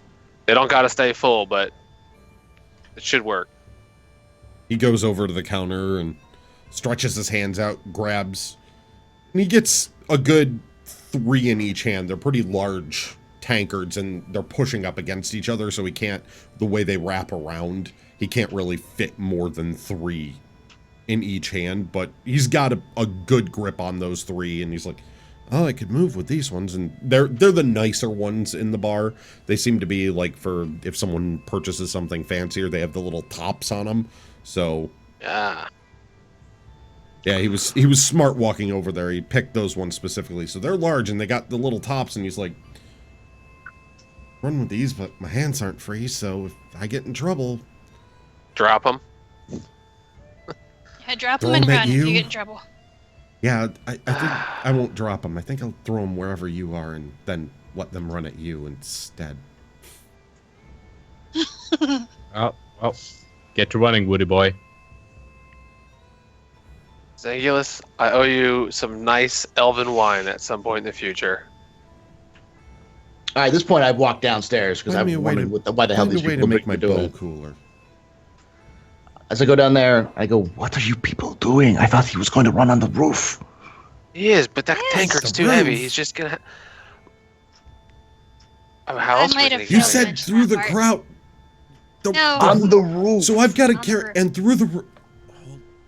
Fuck. The houses are made close together. You'll be fine. It's a second-story window. The roof's up there. How do I get up? Oh, God. You're an elf. Climb. With no hands. We'll Yeah, you're hand an it up elf. to you. Just what you do is we'll tie a rope around you, and then you can climb up. And then once you climbed up, we can tie the rope around the cask, and you can haul it up from the rooftop. That's not the hardest part. Yeah, I think we're gonna have him Not carry using the tankards cask. instead of a. not using the cast. No way could I carry that on the roofs. I Cask could is too barely, heavy. like, move in place with that thing. Okay. I'll toss it up to you. No. Rope. Strap cask on back. Get up on the roof. Do a silly dance. Get the crowd's attention. We're out of here. Throw the cask, maybe? I don't know. I mean, throw it somewhere? Roll it? Find a steep Okay, roof we and could try push that. it down. But we need to get them out of the area. So throw it in a direction that we can they can it'll roll and roll and roll and roll and roll, and they'll go chasing after it like crazy dogs. What if we tie wineskins or something to arrows and shoot them in random directions? Do we have arrows? I thought he ran out of arrows. Oh, that's Do we have true. more? Do we I've have got more a couple wine left. skins? Barrel floor and let the crowd come at it and just kind of skirt around them. Got like 5 arrows left. We could try it. I That's thought we better were than me trying to carry and run. Flint, I thought we were gonna try to save this place from being destroyed. Letting the crowd in for all this beer that we've poured is kind of the opposite. We'll lure it down that side of the window, down the alley. And tell them that the beer is there? Yeah, and just say, go get the beer. It's right there. Okay, that might work. Then we should have just put the cask outside instead of all of the... Let's just put the cask that's left outside, that's already partially emptied. We'll have saved them some money Hold on. by And keeping all he this grabs other the cask beer and you inside. see him going upstairs now. Puts the tankards down, grabs the cask, and he just starts walking up the stairs. I follow him, like, okay. I'll follow Well, along he said too. see where he's this standing goes. at the window and he's like, you wanted it outside. Okay. Here's the plan. I guess the new plan. We're going to tie a rope to it. We're going to lower it into the alleyway. There's nobody in the alleyway, right? As you, like, peek out Look there, out. there's some Yeah. people spilling into it. Not a huge crowd, but there's a few down there. Okay, so what we're going to do is we're going to lower it almost to the ground. Me and Flint will hold on to these. You get to the roof and you shout at everybody down there that the beer is in the back. Okay? If I go up, tell the people out front that it's there, and then... All right, I got And it. then we can get out the front, and you can come with us, and they can We can try that. do whatever Yes, they want. and 'Cause Flint, that doesn't Flint put and me in I... the crowd running, trying not to die, Okay, so- I so guess. hold on. And So as leave he's it- standing let me there go with get the cask, Flint. it was blocking his view before, but he's kind of looking back at you, and he looks over at the floor and he goes, what the fuck is that? That is why we need to get out into the crowd, because we don't know what that is. Well, it was the lady who owned the place. It's legs now.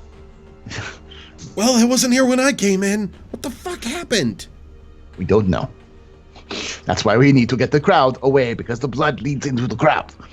Yeah, someone brought the window, let whatever it was in. It was Carrick's fault. Flint, who here is good at knots? I mean, I'm pretty good at knots, but for other Well, reasons. OOC, what would knots be? Is that like survival? That's yeah, that'd be a survival. Yeah, I can do some survival in this. I'm also decent at Yep, survival. I'll tie her up. So what we could do is we tie it up and then lower it just to the ground, not quite to the ground. Then we tie the rope off somewhere sturdy, and now they have to jump up and grab it. It gives us a little bit more time for us to escape. It's kind of like dangling There's- food over a hungry animal. They're going to try to snap at it, but it'll take them a little longer to grab it. That's my theory. Be like that bit of World War Z where they all climb up each other and there's a big swarm of revelers. World War what? I'm confused. I thought you didn't read. Thought he couldn't He does. read. My mother read to me! Your mother read you some never heard that story. fucked up Jeez. shit, but I guess you're dwarf, so whatever. He had an You should interesting hear some of childhood. the oldest dwarven legends. They are really screwed up. I should All right, invest in are some we- dwarf Yeah, legends. we're done with the rope now? This isn't gonna go well. It involves a rope. Yes, I know. So All I'm right. tying up the rope around the barrel. All right, Okay. what'd you roll for survival? Damn you, ropes! 5. All right, so you get the rope around the cask, you tie it up, you tie it down, and then you go over to the bedpost, you tie another knot, you do it, you give it a tug, give it another tug, you lift up the cask and pull a little bit just to check your side of it, you pull against the cask. It seems well taught. It seems like you got the knots down. Okay, so what I say is, Flint, you lower this slowly. The rest of us will go out to the front, and we will move the stove so we can get out. Then you lower the cask. As you lower the cask, we will hear our elven friend shout down, and once he's shouted down, let's see, give us some sort of sign. I don't know. Say Une is great or something like that. So that way we know that there's enough clear that we can get out. I'll yell. When they start coming around back, I got it. I'll yell. Okay. And then when you hear that yell, Clint, then you lower it just to the point where they can barely get it. So listen for the phrase, you all suck. Got you. Yes, this sounds like a good plan. I love it when the Excellent plan signal comes together. I would do it myself, but I cannot beat this. So All right, so you've got the cask there, you've got the rope. okay. What are you so doing? we all I go down to the front. Okay. Yeah, I'll follow him down there so that I will be in position so that we can shove this stove out of the way when the timer's ready.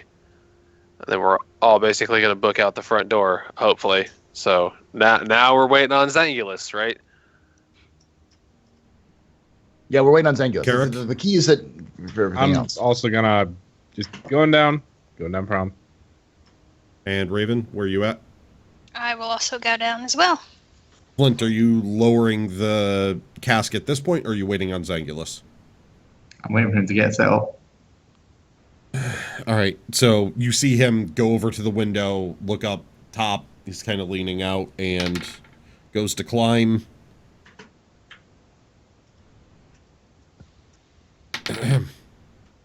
Badly. Oh no.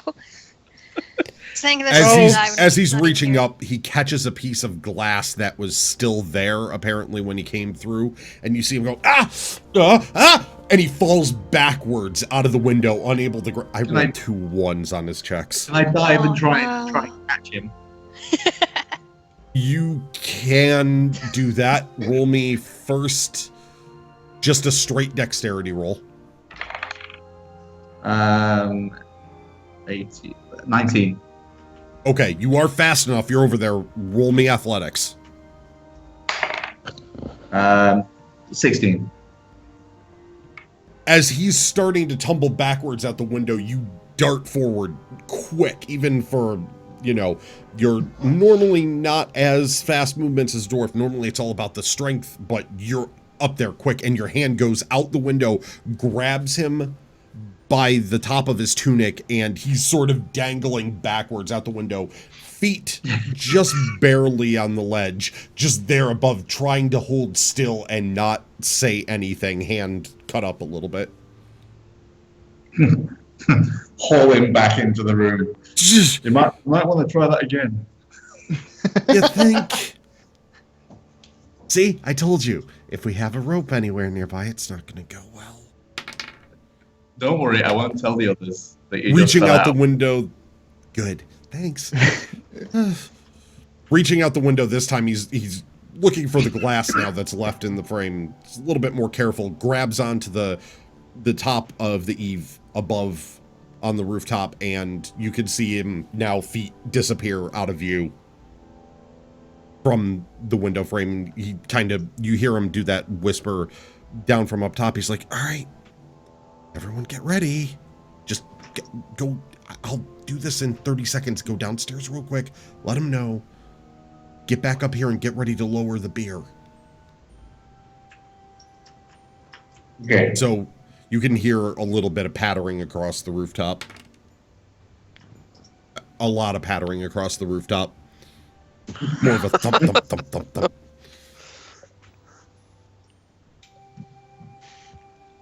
Well, good thing they're not inside the building, brick feet. Okay. Roll me a perception. 6. All right, yeah, you could hear Zangulus go off, and you check the alleyway, and you can see it's just a couple people down there, and the crowd's still really going, as you know where to look down the alleyway to the main thoroughfare. So you are in position, and all of a sudden from the rooftop you can hear it really muffled. Burr! Burr! Out back, burr! Follow me! And you can hear thumping on the roof, and all of you, even downstairs, you can hear a little bit of that muffled shouting coming through. He's really shouting, and now, Flint, you notice the crowd is starting to move into the alleyway. Okay, so I start lowering the barrel out of the window. Okay, roll me a athletics. 11. All right.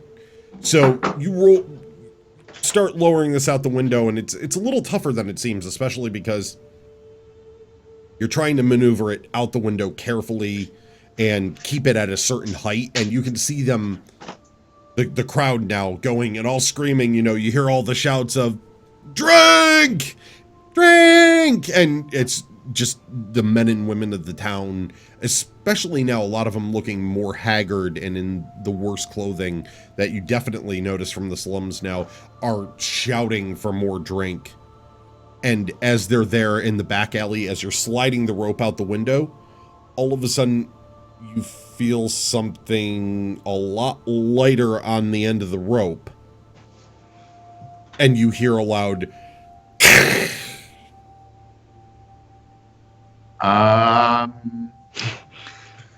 We're still waiting for the signals. and Is up that on the yours? roof you hear, "You all fucking suck! Okay, so we start Goddamn pushing- ropes!" And you just hear thump, thump, thump, thump, thump, all the way down to the front. Okay, I just noticed everything's gone tits up, and I take a dash for the stairs. Oh, we heard the sound, right? We heard it. The signal. You definitely heard we the s- shouting from the roof, and now right out front of the door you hear, "Ah!" Okay, we start pushing the thing away. Yeah, let's shove this thing out of the way, and Yes. Let's get out of there. outside we go. I switched up dice and I rolled another 1 for his climbing. Not meant to climb on your dice, apparently. Nope. I am so sorry, Zangulus. This is why I don't always NPC characters, because things go wrong, but hey, this is the way it is. So, yeah, outside you heard that, "Ah!" So, You heard we it need to right roll out push front. open? With all of you actually doing this together, there isn't really anything to push, and as you do this, you can hear the throng is moved away from the door. The shouting's now out back, and you can hear the crowd just roaring. It's mob-like from the back alley, but as you get the door open, the crowd isn't there. There's still the party and the parade going on in the main thoroughfare, and the crowd is now swelled to the point where navigating through them will be extremely difficult. But the door is now open, and Okay. you have the stove pushed to the side, and you can see Zangulus kind of getting up there going, "Ah!" And Okay, he's, so the second I get out, I'm going to shout really, really loud, trying to be as persuasive as possible, saying, "There is a lot of drink and food and merriment out back. Someone brought out an entire feast. It's out back in the alley. Roll me a persuasion. Or, I'm sorry, deception.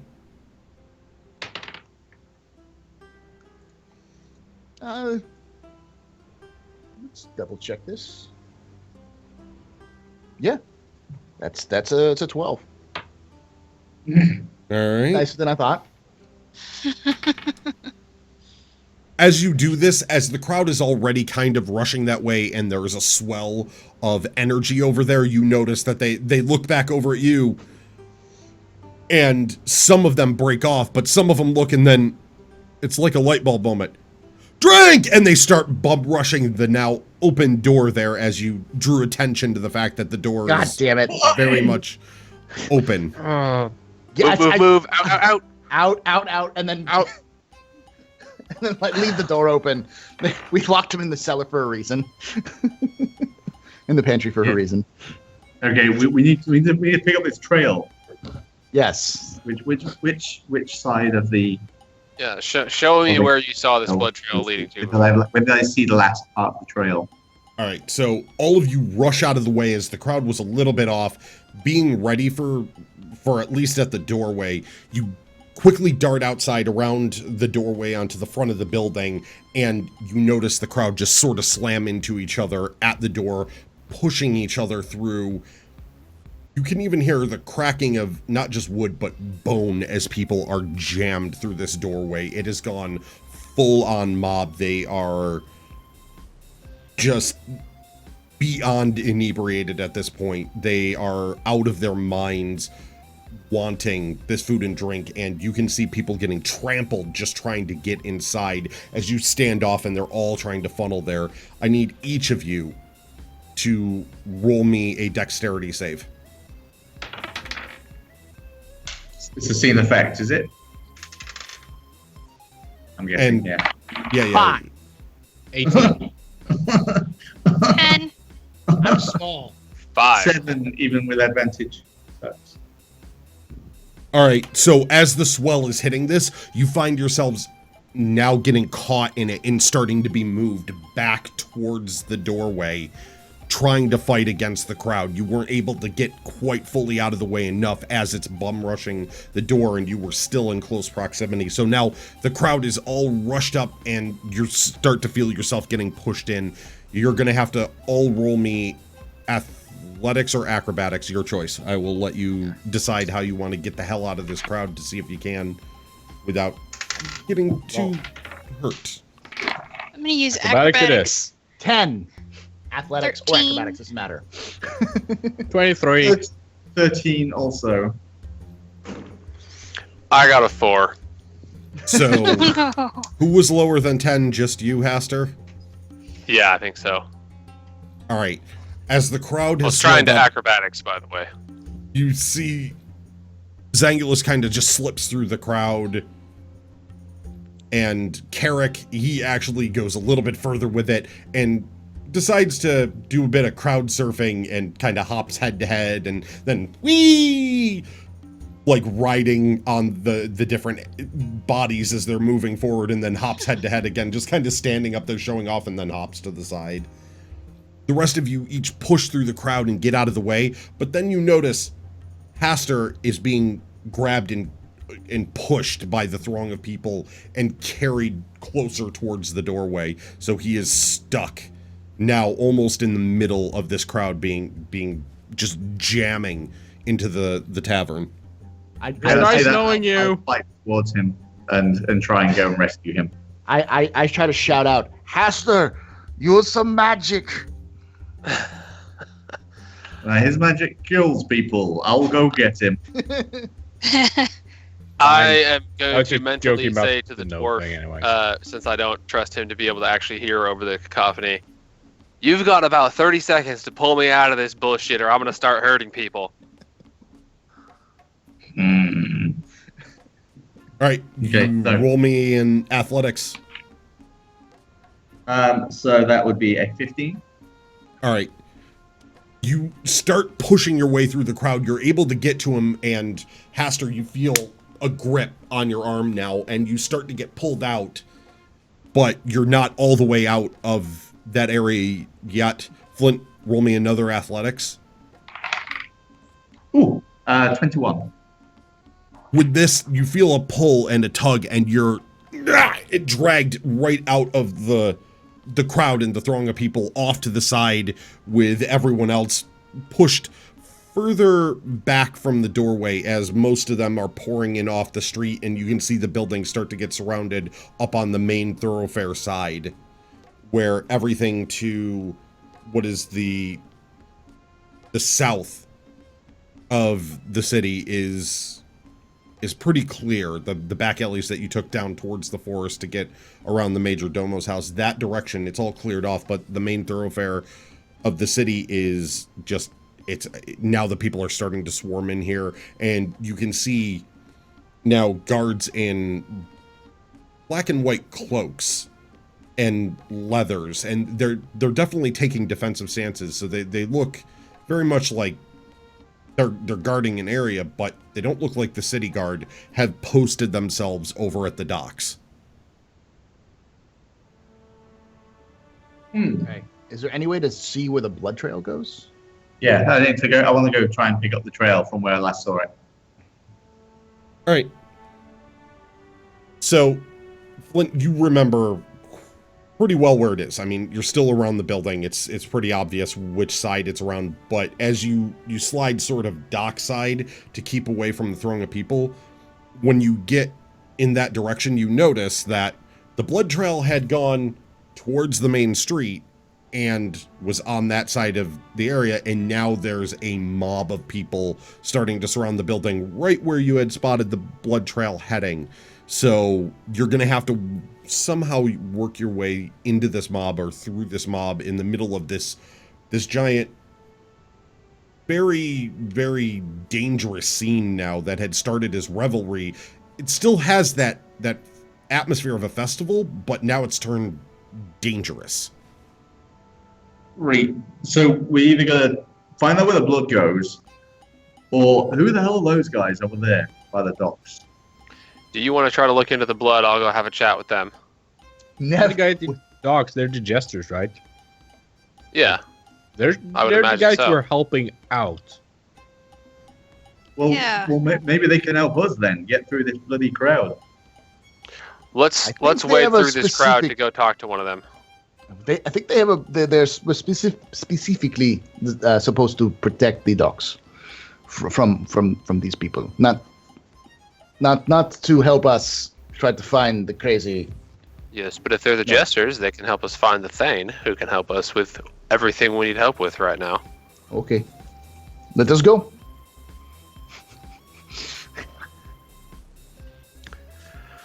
So where's I'll- everyone going? What are you doing? We're all going to talk to the jesters. Yep, heading to the docks. Yeah, because trying to wade through that crowd to check out where that blood goes is going to be pretty rough at this point. All right. I am not a fan of wading into extra thick crowds right now. It's a little much. Mhm.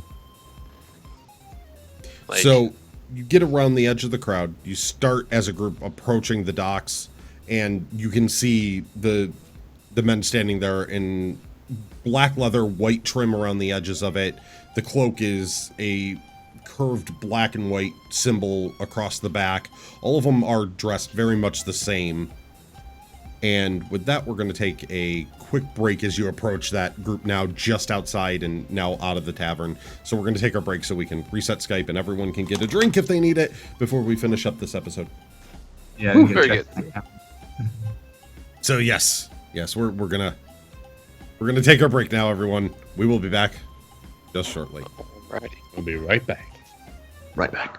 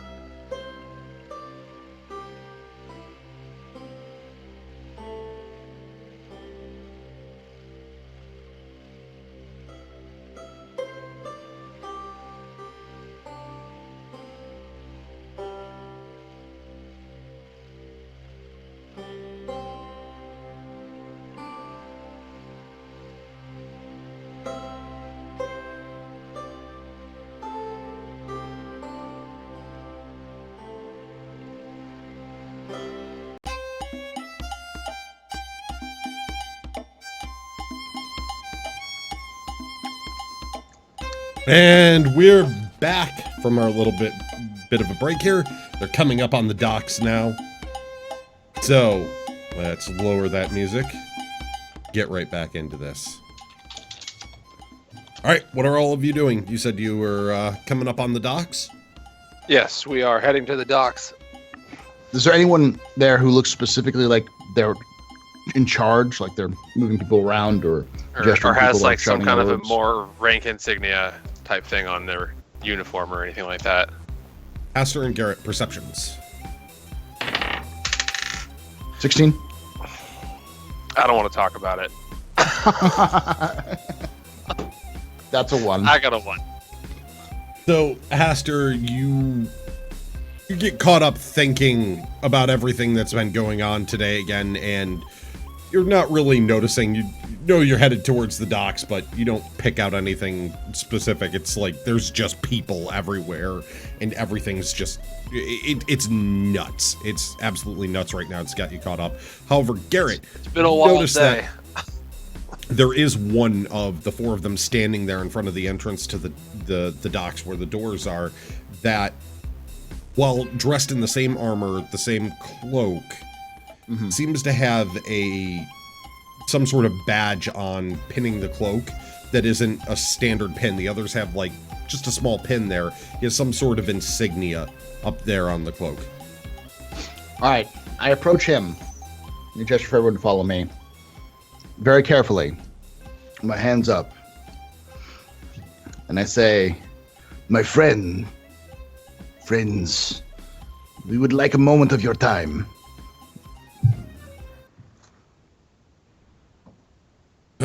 Well, you don't seem like the others. Wait a minute. Not. Hold on. And all of you have walked up in a group, correct? Uh-huh. Looks over. Ah, we were told to wait for you. Come on. You guys have passage through. Thane said to let you in. You and, there's some others that got here just before you. Children? Aye, there are a few of them. Okay. Oh, That was easy. Good. All right. I am really glad Yeah, we don't have to wait Big through guy, that. some red-headed woman with bandages all over. She looked in rough shape. Trust Yeah. me, she is. All right. So we Waiting for you follow. at the end of the docks. Yeah, so we go. I go in, at least. I go, okay, thank you. And walk in. Continue doing excellent work, sir. Yeah. End of the docks on there. It's last boathouse there, down on the left. Thank you. And I'm going to make a beeline for where he directed us to go to. Rusty, what are you doing? Yeah, also Follow. going sitting down. Eric? I'm gonna follow. Okay, just making sure. It is uh-oh.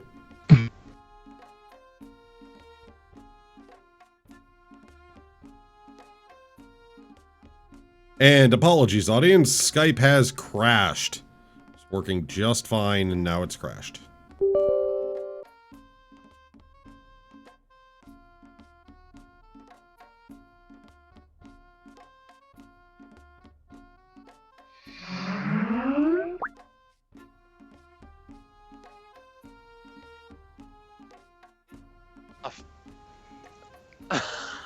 Bit of a Skype crash there.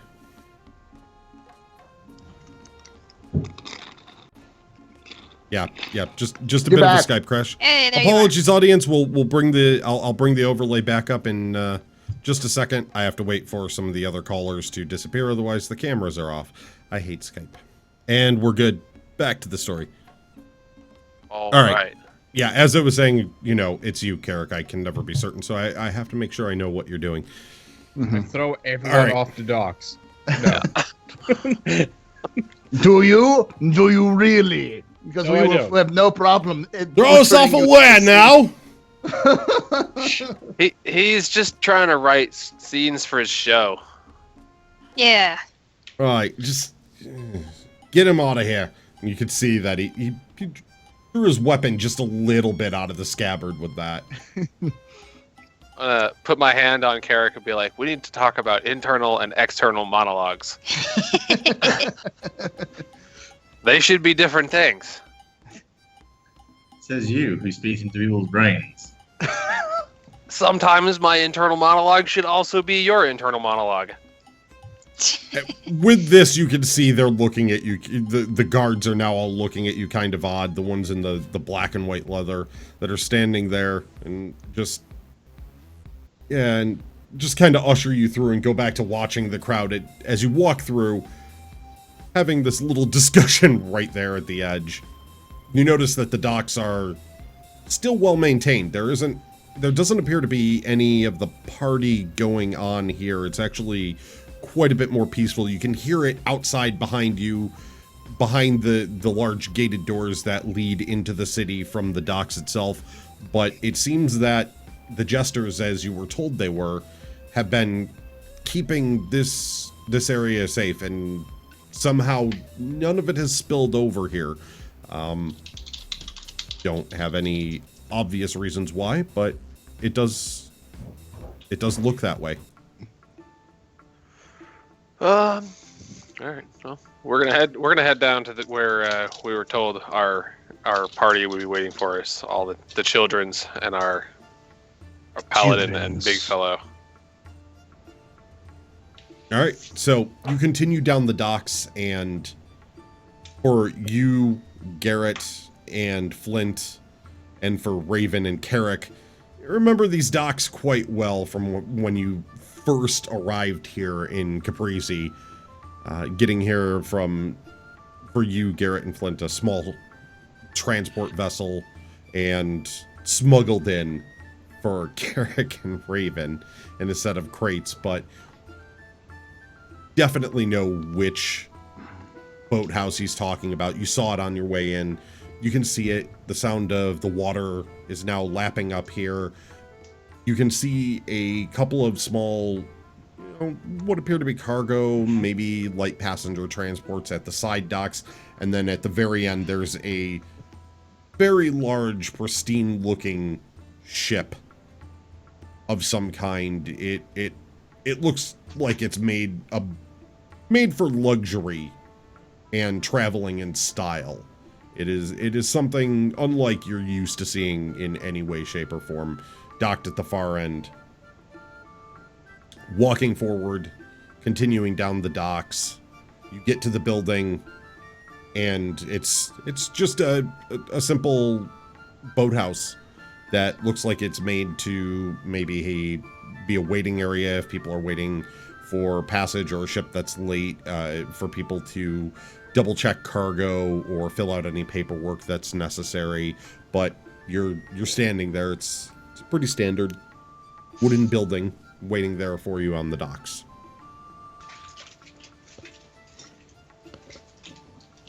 All right. Since I think I went in. Are you kidding me? Apologies, chat. I'm now having multiple Skype crashes. I don't know why.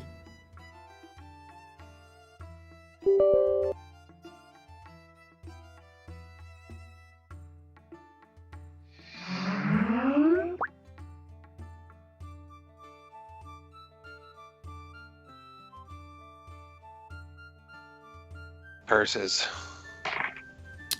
And Skype was crashed again. Apologies, everyone. That's 2 in like a couple of minutes there. It was working fine, and then decided it didn't want to anymore. Okay, so I don't know what you heard, but I said I was going to go open the door to the boathouse after peering out to see if there's anybody we know on that big luxury boat already. Roll me a perception check before you open the door. Oh, man, I am not good at those today. 5. You look over, it's a really nice boat.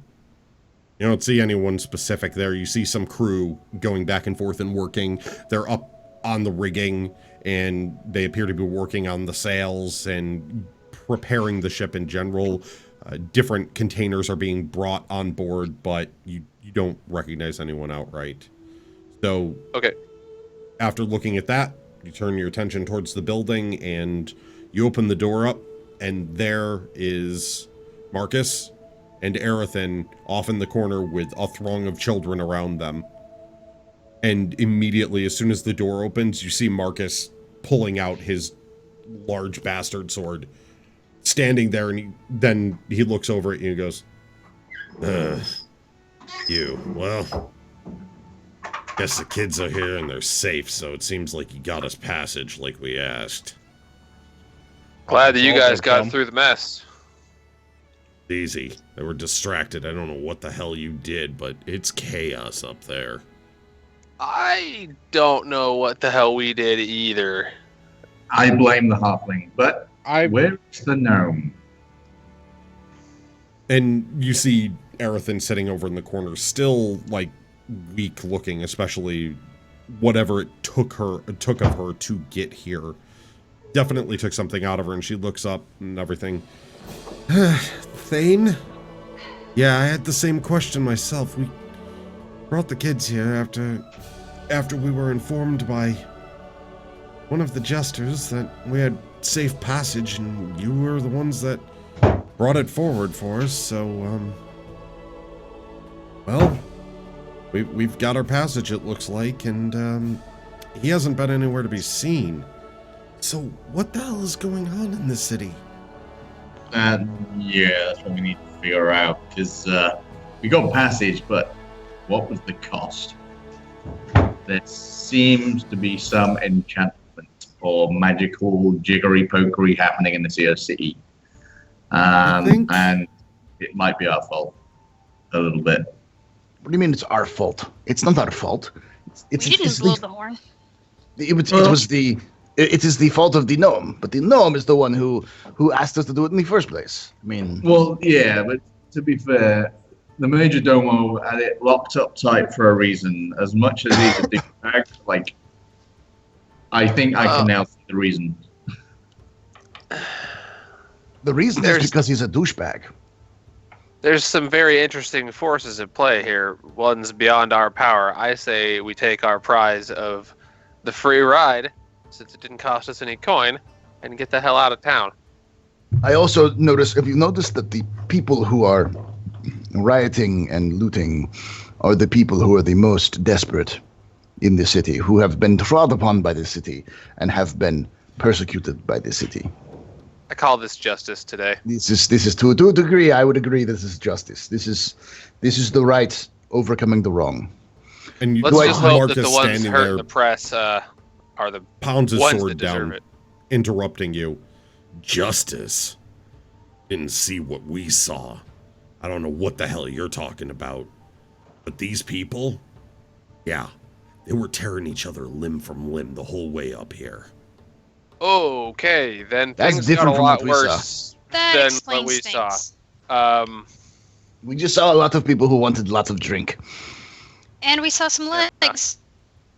And we did see some legs. Saw legs. Yeah, that's what I'm talking about. As much Drink out in an area, they turned savage. Something's bad. These kids, we need them out. Well, Okay. let's, I believe that boat is being made ready for us. I don't know if I can turn my back on these people, guys. Flint, We can Flint, send we came to save the kids. The and they're on the children. boat. They're saved. They can sail. But we cannot stay here. If we stay here, we will die. Even if the Major Domo can regain control of the situation, he still wants to kill us. If we still need to if we want to take care of the gnome, he could probably kill us. At this point, the best way to save this city is to come back later to save it. Right now, we are just pawns in a bigger scheme than we understand. But by then, everyone will be dead. Not everyone. People will die, surely ones that don't deserve to, but sometimes you just have to accept losses for the long-term good.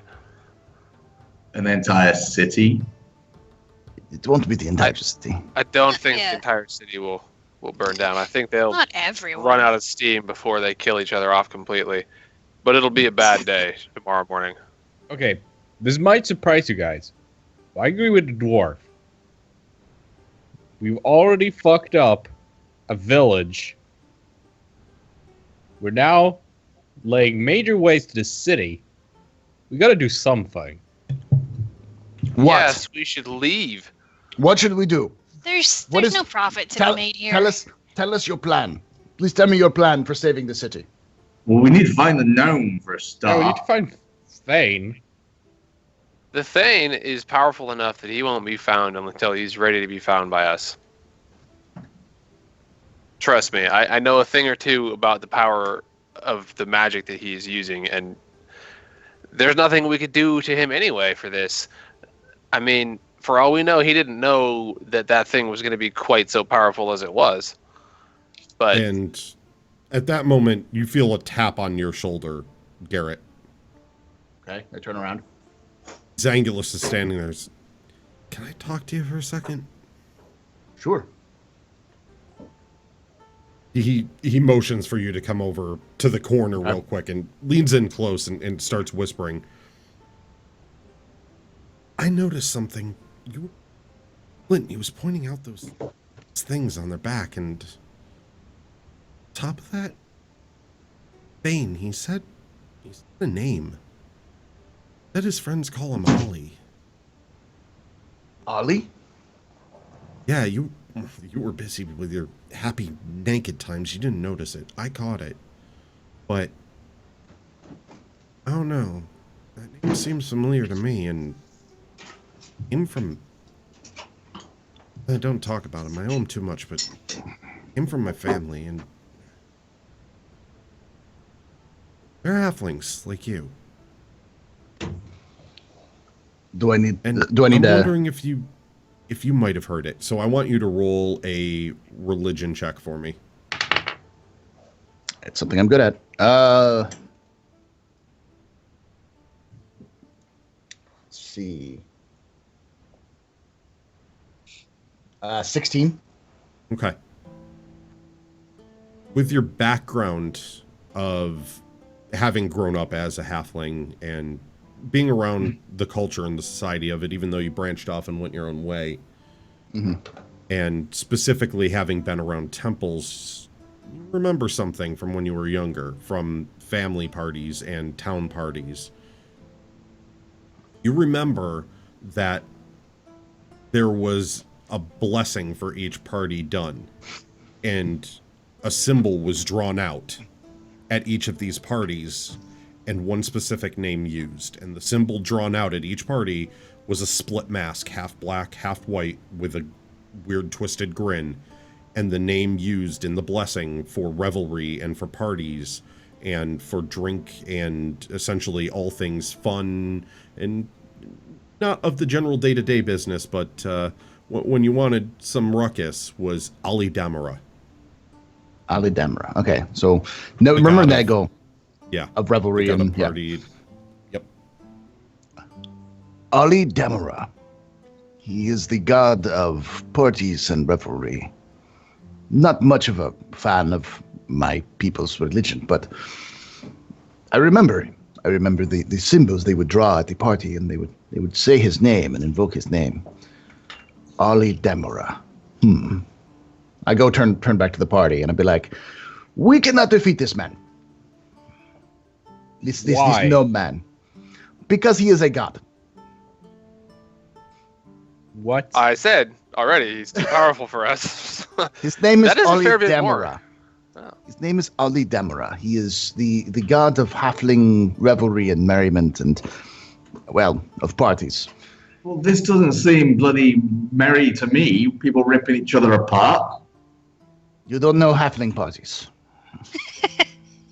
Allegedly so. Now I don't He is not. want He is. either. He is not of normal parties. He is not of. Oh, how are you doing? I am doing very well. Nice children you have. This is not the kind of party that he is a god of. He is a god of the kind of parties where you wake up 5 days later, not knowing where you've been. There is a goat and there's a building burning next to you, and you do not know what happened, but you are happy. That's the kind of parties that this man is. This god that he's of.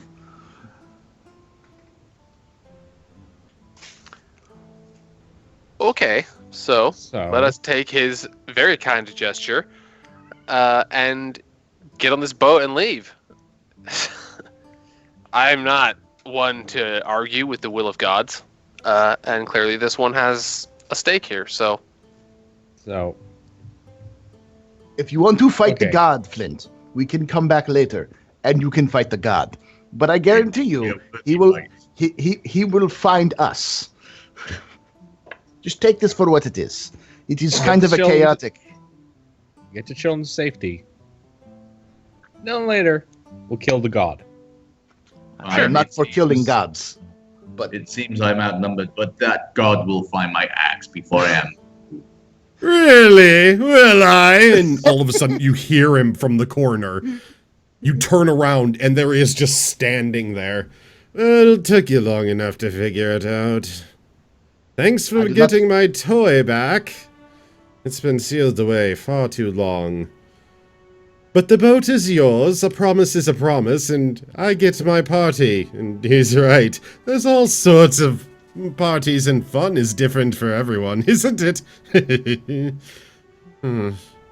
Looking over each of you and studying. Yes. You didn't seem to notice, and I want all of you to roll a quick perception check. I still don't notice. 8. Also 8. 18. 8 as well. 9. It's a really low DC on this, relatively, but you start looking around like, what is he talking about? And he goes, missing someone? And with that, Where's Nick? snaps his fingers, and Nixie appears next to him, collared up. She wanted to learn about seduction, and, well, there's always a cost to each trade. Told you there might be something else I wanted, and I found it. So she gets to learn what she wanted, and I get to have a little bit more fun. And he snaps his fingers, and his tone's changed a little bit. It isn't as lighthearted, and she just disappears again.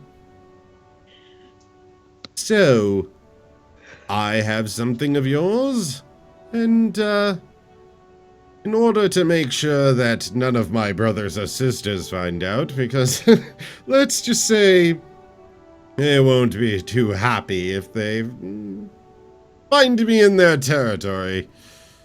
Yes, not quite supposed to be here, but I have what I was looking for, and I'll be on my way. Take the passage. The city, it'll be fine, relatively.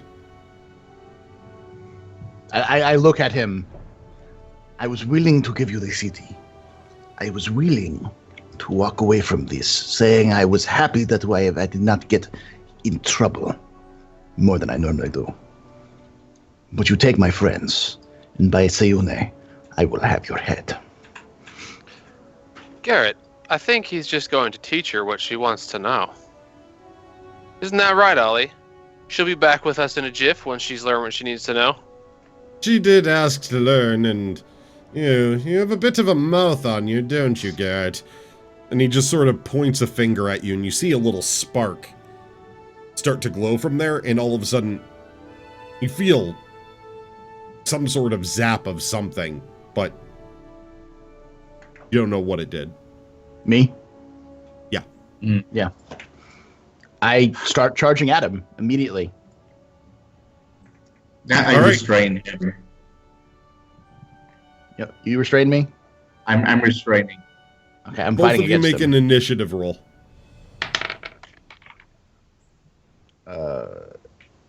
20? No, I'm sorry. 3, 18. 18. What was yours, Flint? 6. Okay. You try to stop him, but he was just a hair too fast, and you go charging in against this Holding still my slightly symbol out. taller than you.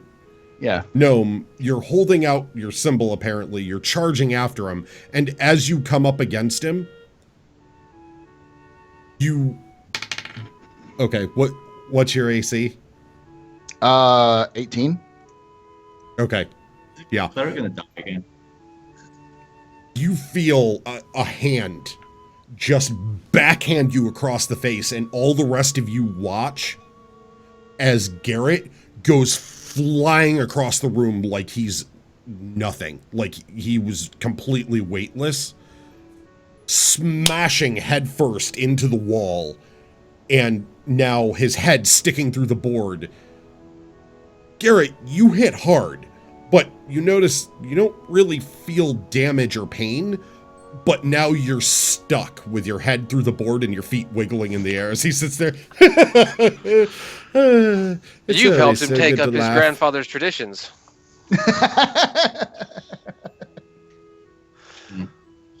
Well, we'll go today, Ollie, but I have a feeling we will be talking again. These people did not deserve this suffering for your amusement, but we will go. Suffering? It's a party! And don't worry, when we meet again, maybe we'll have another one. And with that, he just steps back into the wall. This time, no portal. And you could tell that this guy's powerful, obviously, with the knowledge now that he's either an avatar of or the god himself. He steps back and just fades out, and whatever he was doing before was just theatrics. Yeah, as he starts to fade, I would like to reach out with my mind and say, bye, Ollie. Hope to see you soon. Go ahead and roll me a wisdom saving throw again. Yeah, that didn't go well too well last time, did it? I scrolled too far on my character sheet. I don't know what my bonus is. I got a 15. All right. As you do that and you reach out to touch his mind, it's the same as the first time. You feel the connection start, and then it doubles back into your own mind and snaps your head back, painful, searing headache behind the eyes. Just trying to touch his mind almost, brings you to your knees in any way, shape, or form. You felt whispers before. You felt things touch your mind and you reach out to others, but this is something different, and it hurts even attempting it. Okay. I am going to immediately take out my journal and write as much as I can about the type of sensation of the pain from having touched the mind of a god. I'm just basically gonna go find a chair and sit down and start writing about it. Okay, you're taking notes on how it felt, like the backlash and everything. Yeah, I just the spiciness of it, like this is what it is to touch the mind of a god. In case later I need to know. From behind you, you hear a god. Great. Well, I sent you to him. He was in charge of the jesters, though. I didn't know. I did know that he'd be... There have been stories. Stories I was told.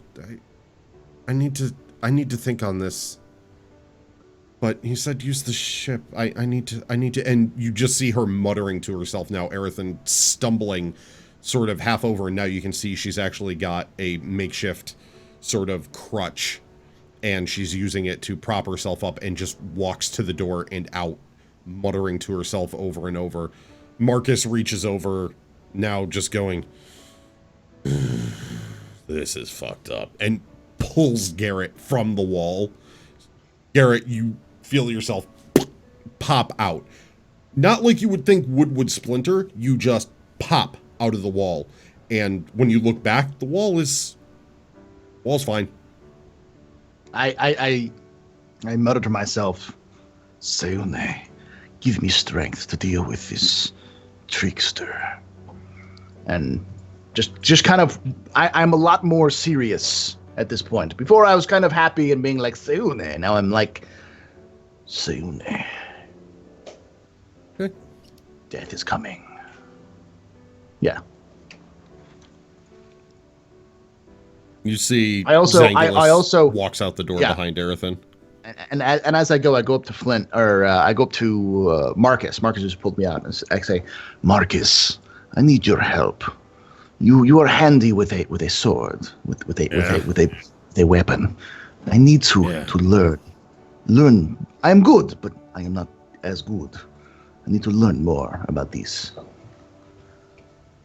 Might have a thing or two I can teach you on the boat when heading out. Gotta get ourselves to Tem, but yeah, I could use a workout. And with that armor, you look like a perfect hitting bag. I'll talk to you later about this, Grakees. So he proceeds to then walk out and he's, I gotta watch after her. Kids, come on.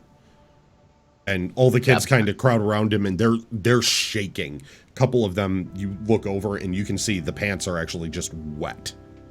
They were absolutely terrified. Even though you were seasoned adventurers and they had been through hell already, this situation just left them completely and totally just broken. I shall comfort the children, since I had a rapport with them previously. I will stay away from them, because I'm a creepy tentacle-faced monster, and I'm probably not going to help right now. Yes, comfort the children and usher them onto the boat. Yeah, I follow after Flint. I will as well. When I realize it's me and Carrick left in the room, I'm going to be like, oh shit, and like close my book up, like blow on the ink to like get it to set faster. I'm like, all right, let's go. Eric? Yep, I'm just gonna go. All right, so pretty much silently, Carrick follows around behind you. You all arrive at the boat. I'm pretty pissed at the situation. You arrive at the boat, you walk up the gangplank, and they let you on board, noticing you, and you can see there's a couple of the crew members there dressed in the leather armor with the same patches as, or the same brooches that what appeared to be whoever was in charge up front of the jesters, and you can see now clearly as they're much closer, and as you talk to the other one, it's the mask. The same one that Zangulus asked you about, Garrett. Mm-hmm. Garrett, it's the same one you remember being drawn in. It's the half black, half white with the smile sort of twisted and mocking. And they're wearing that. They usher you onto the boat and show you below deck to a series of very nice cabins down there. As this is not just a boat, it's a ship. It's a big ship. It's beautiful. It's got a whole luxurious outfitting. It's got an entire set of training area below deck. And they let you on board. They stand up there and they go, well, goes to use. Did say give you transport. He didn't say for how long, so welcome. She ain't got a name yet. She just kind of showed up. And with that, we're ending this week's episode. I was going to say, they call her the narwhal. I feel. Oh no. No. We're ending just in time, Jesus. Oh, okay. It didn't crash. Wow. It almost crashed. There we go. Yeah, Yeah, It was everyone's doing going weird things crazy. to me. A glitch in the Matrix. So, Yeah. there it is. You are on the ship at the edge of Caprisci, and it's unnamed, appeared out of nowhere. It's ours to use for however long we want, apparently. Yeah, I don't think that'll happen. It'll probably just disappear at some point. Hopefully all our stuff's not on it. All right, well, we'll have to discuss a name throughout the week. I'm pretty sure we know it's good. I'm pretty sure we know what it's going to be called. This sounds like a bad idea, Ship. Oh God, I just had a terrible realization. There's rope all over the ship. Oh God, no! We're Rigging doomed. everywhere. He's put us into a death trap. Oh no. The rope. It seems like a better idea than staying in Death City, though. Yeah. Mm. Yeah, hopefully we can go to Tem and not destroy it. That'd be a good. A good start. I've noticed in Grakees' pen and paper RPGs, all his parties seem to destroy everything they go. This is the last pen and paper RPG we played. We destroyed everything we went. I'm not making you do that either. So you'd expect a normal adventure party. You'd expect to go out like kill a few giant rats and level a bit, and maybe a couple of goblins and maybe like a pack of wolves or something. No, we go straight into devastating a forest, killing a major druid, fighting and killing a minotaur, and then completely destroying a town while fighting against a god. And we're level 3. Welcome Say we to were D fighting level against two. the gods Or so level much as 3. we were The rest of us are plaything. level 2. Yeah. Yeah. You and Raven are level 3. The rest of us are level 2. I'm not going to Like- give you some boring introduction to the game world like, oh, go fight 10 rats. Hell no. You get fucked up city, killing druids, minotaurs, mazes, and gods right at the onset just to introduce you to this world and go, oh, fuck, we're in a big situation. Mm-hmm. Now you've got choices to make on how you take your paths, because this is sort of like the starting area of the world for you. Think of great. a Newbie video zone. game RPG. Yeah, video game RPGs where you start off in an area and they introduce you to the world and you've got those like big movie moments and it seems really big and cool, and then it opens up and you go, holy fuck, there's so much we can do. Yeah, that's what. Yeah, I don't go Flint, small. You want to kill a god? Do you want to kill a god? I don't know that you can. Yeah, you can. Spells out. Mm. Yeah. I mean, if we're going by any other existence of We'll have to figure it out. D&D, yes, you can. If it exists, it has stats. If Yeah. it bleeds, we kill it. Yeah. If it has stats, we can kill it. So, we just have to figure out how we kill a god. How does one I kill gotta a figure god? out You why make my it guy's bleed. eyes fell out this game. I don't think I passed a single session roll that didn't have like a 5 DC. Yeah, and Zangulus, I had him falling off a roof twice. For some reason, I knew that wasn't going to go well. It didn't on the first die. I was using my purple die. My purple one. These are balanced die. Roll 2 1s in a row. This is my Twitch color die. This is the one I've rolled 3 20s on. 2 1s back to back for him, and I'm like, fuck, all right. So I switched to the red die, which rolls just fine. There, let's see, 5, 19, 16, 7, 17. See, it rolls fine. A 1 again for him off the roof. Trying to climb down. It's like, what the fuck? Not meant to be doing that. White elf can't climb. Yeah. Wood elf apparently no climby. More of a More piggy person, but Full bloods can't climb. apparently. Next time, I guess he's gonna make you climb. Hopefully our player for that character, Brett, catches up and sees what I did with this one and incorporates that. But I hope the audience enjoyed this episode.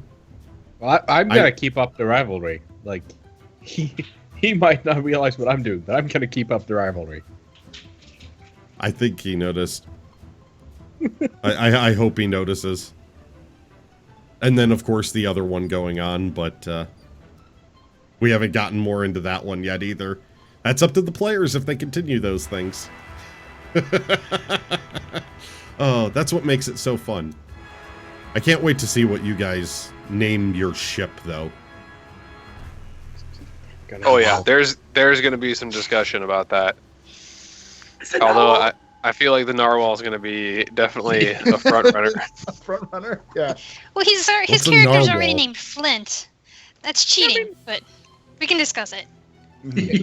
This could be a chance to involve the community. This Putting could be that a out chance there. from the community. Yeah. Yeah, if you want to poll for a different type of name out there, possibly. Because Yeah. Community I don't votes. think I have narwhals in my monster manual, sadly. Well, So- everyone should tweet with hashtag bad rolls and suggest a name for the ship that isn't Boaty McBoatface. This is Bodie McBoatface, not Or Bodie narwhal. McBoatface. Well, Bodie I don't know McBoatface if I has have been taken, narwhals, hold you on. know. Yeah, that's IP infringement at this point. Or orgy boats. The good ship orgy. The good ship. I do like the idea of the good ship narwhal. The great ship Minotaur. We could strap the genitals to the front of it. Grakees, maybe narwhals aren't in your monster manual because narwhals are noble creatures and not monsters. Yeah, I All thought of that. creatures Unicorns show of the up sea. in the monster manual. Well, they should call it the creature manual instead. Yeah. That's rude to narwhals. Do we have a Well, pet they- narwhal? Oh, I think they're in there. Hold on. Let's. They're in some of the Douglas is a original ranger. ones. Okay. So I They do vote for exist. getting a pet narwhal. We'll get like a wheelbarrow with water in it that we can. Page drag 'em around 212 it. of the classic one. Now, the question is, has your character ever seen a narwhal? So, you know. I mean, narwhals They are could be pretty super legendary. rare. They could be super could call rare, it- and you might not have We could call seen it. We them. just could call it Seune. Seune. No. And not Seune, but Seune. Yeah, how do you spell that exactly? It's Seune. That's how you spell it. Seune. Yeah, but seriously, guys, if anybody's watching this either post-recording or live, if you have the tweeters, hashtag bag rolls and put a suggestion for the name, the ship name. Yep, we'll be looking all We'll week. consider the best ones. Yes. Yeah. Be looking all week, Yeah, and I'll well- make sure to compilate them for the cast so that they have to work with it in character. They'll have inspiration appear from nowhere. So you can affect the game. Mm-hmm. I like Cyberwolf's no rope. I'm gonna check the Twitters into the overlay as well, so it'll pop up your tweets. Ooh, You yay. tweeted bad rolls during the stream. Then we can put that in the bottom corner instead of that little placeholder spot. Yeah. Yeah. And we can put like tooltip stuff for certain role types and things eventually there.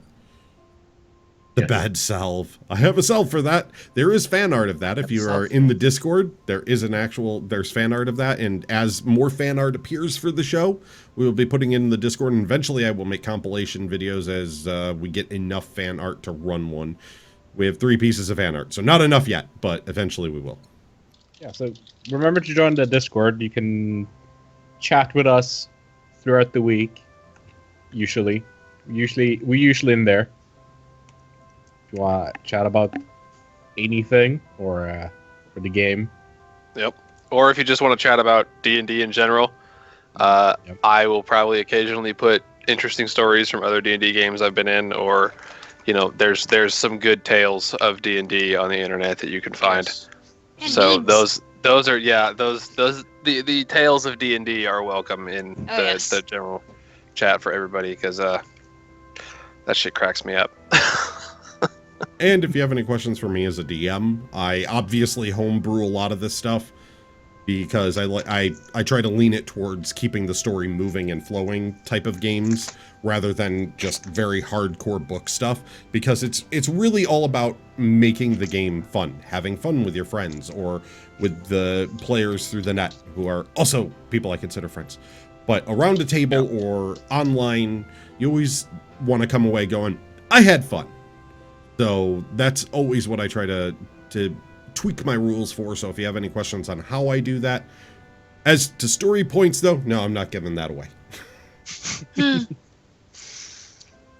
Remember, tweet at #badrolls about your ship suggestions and join the Discord for chatting with us throughout the week. And terrible D&D stories. Yes. Time for us to head off, everyone. So we'll see you next week. Yeah. Yep. For more Bye. Bad Rolls. Bye. Yep.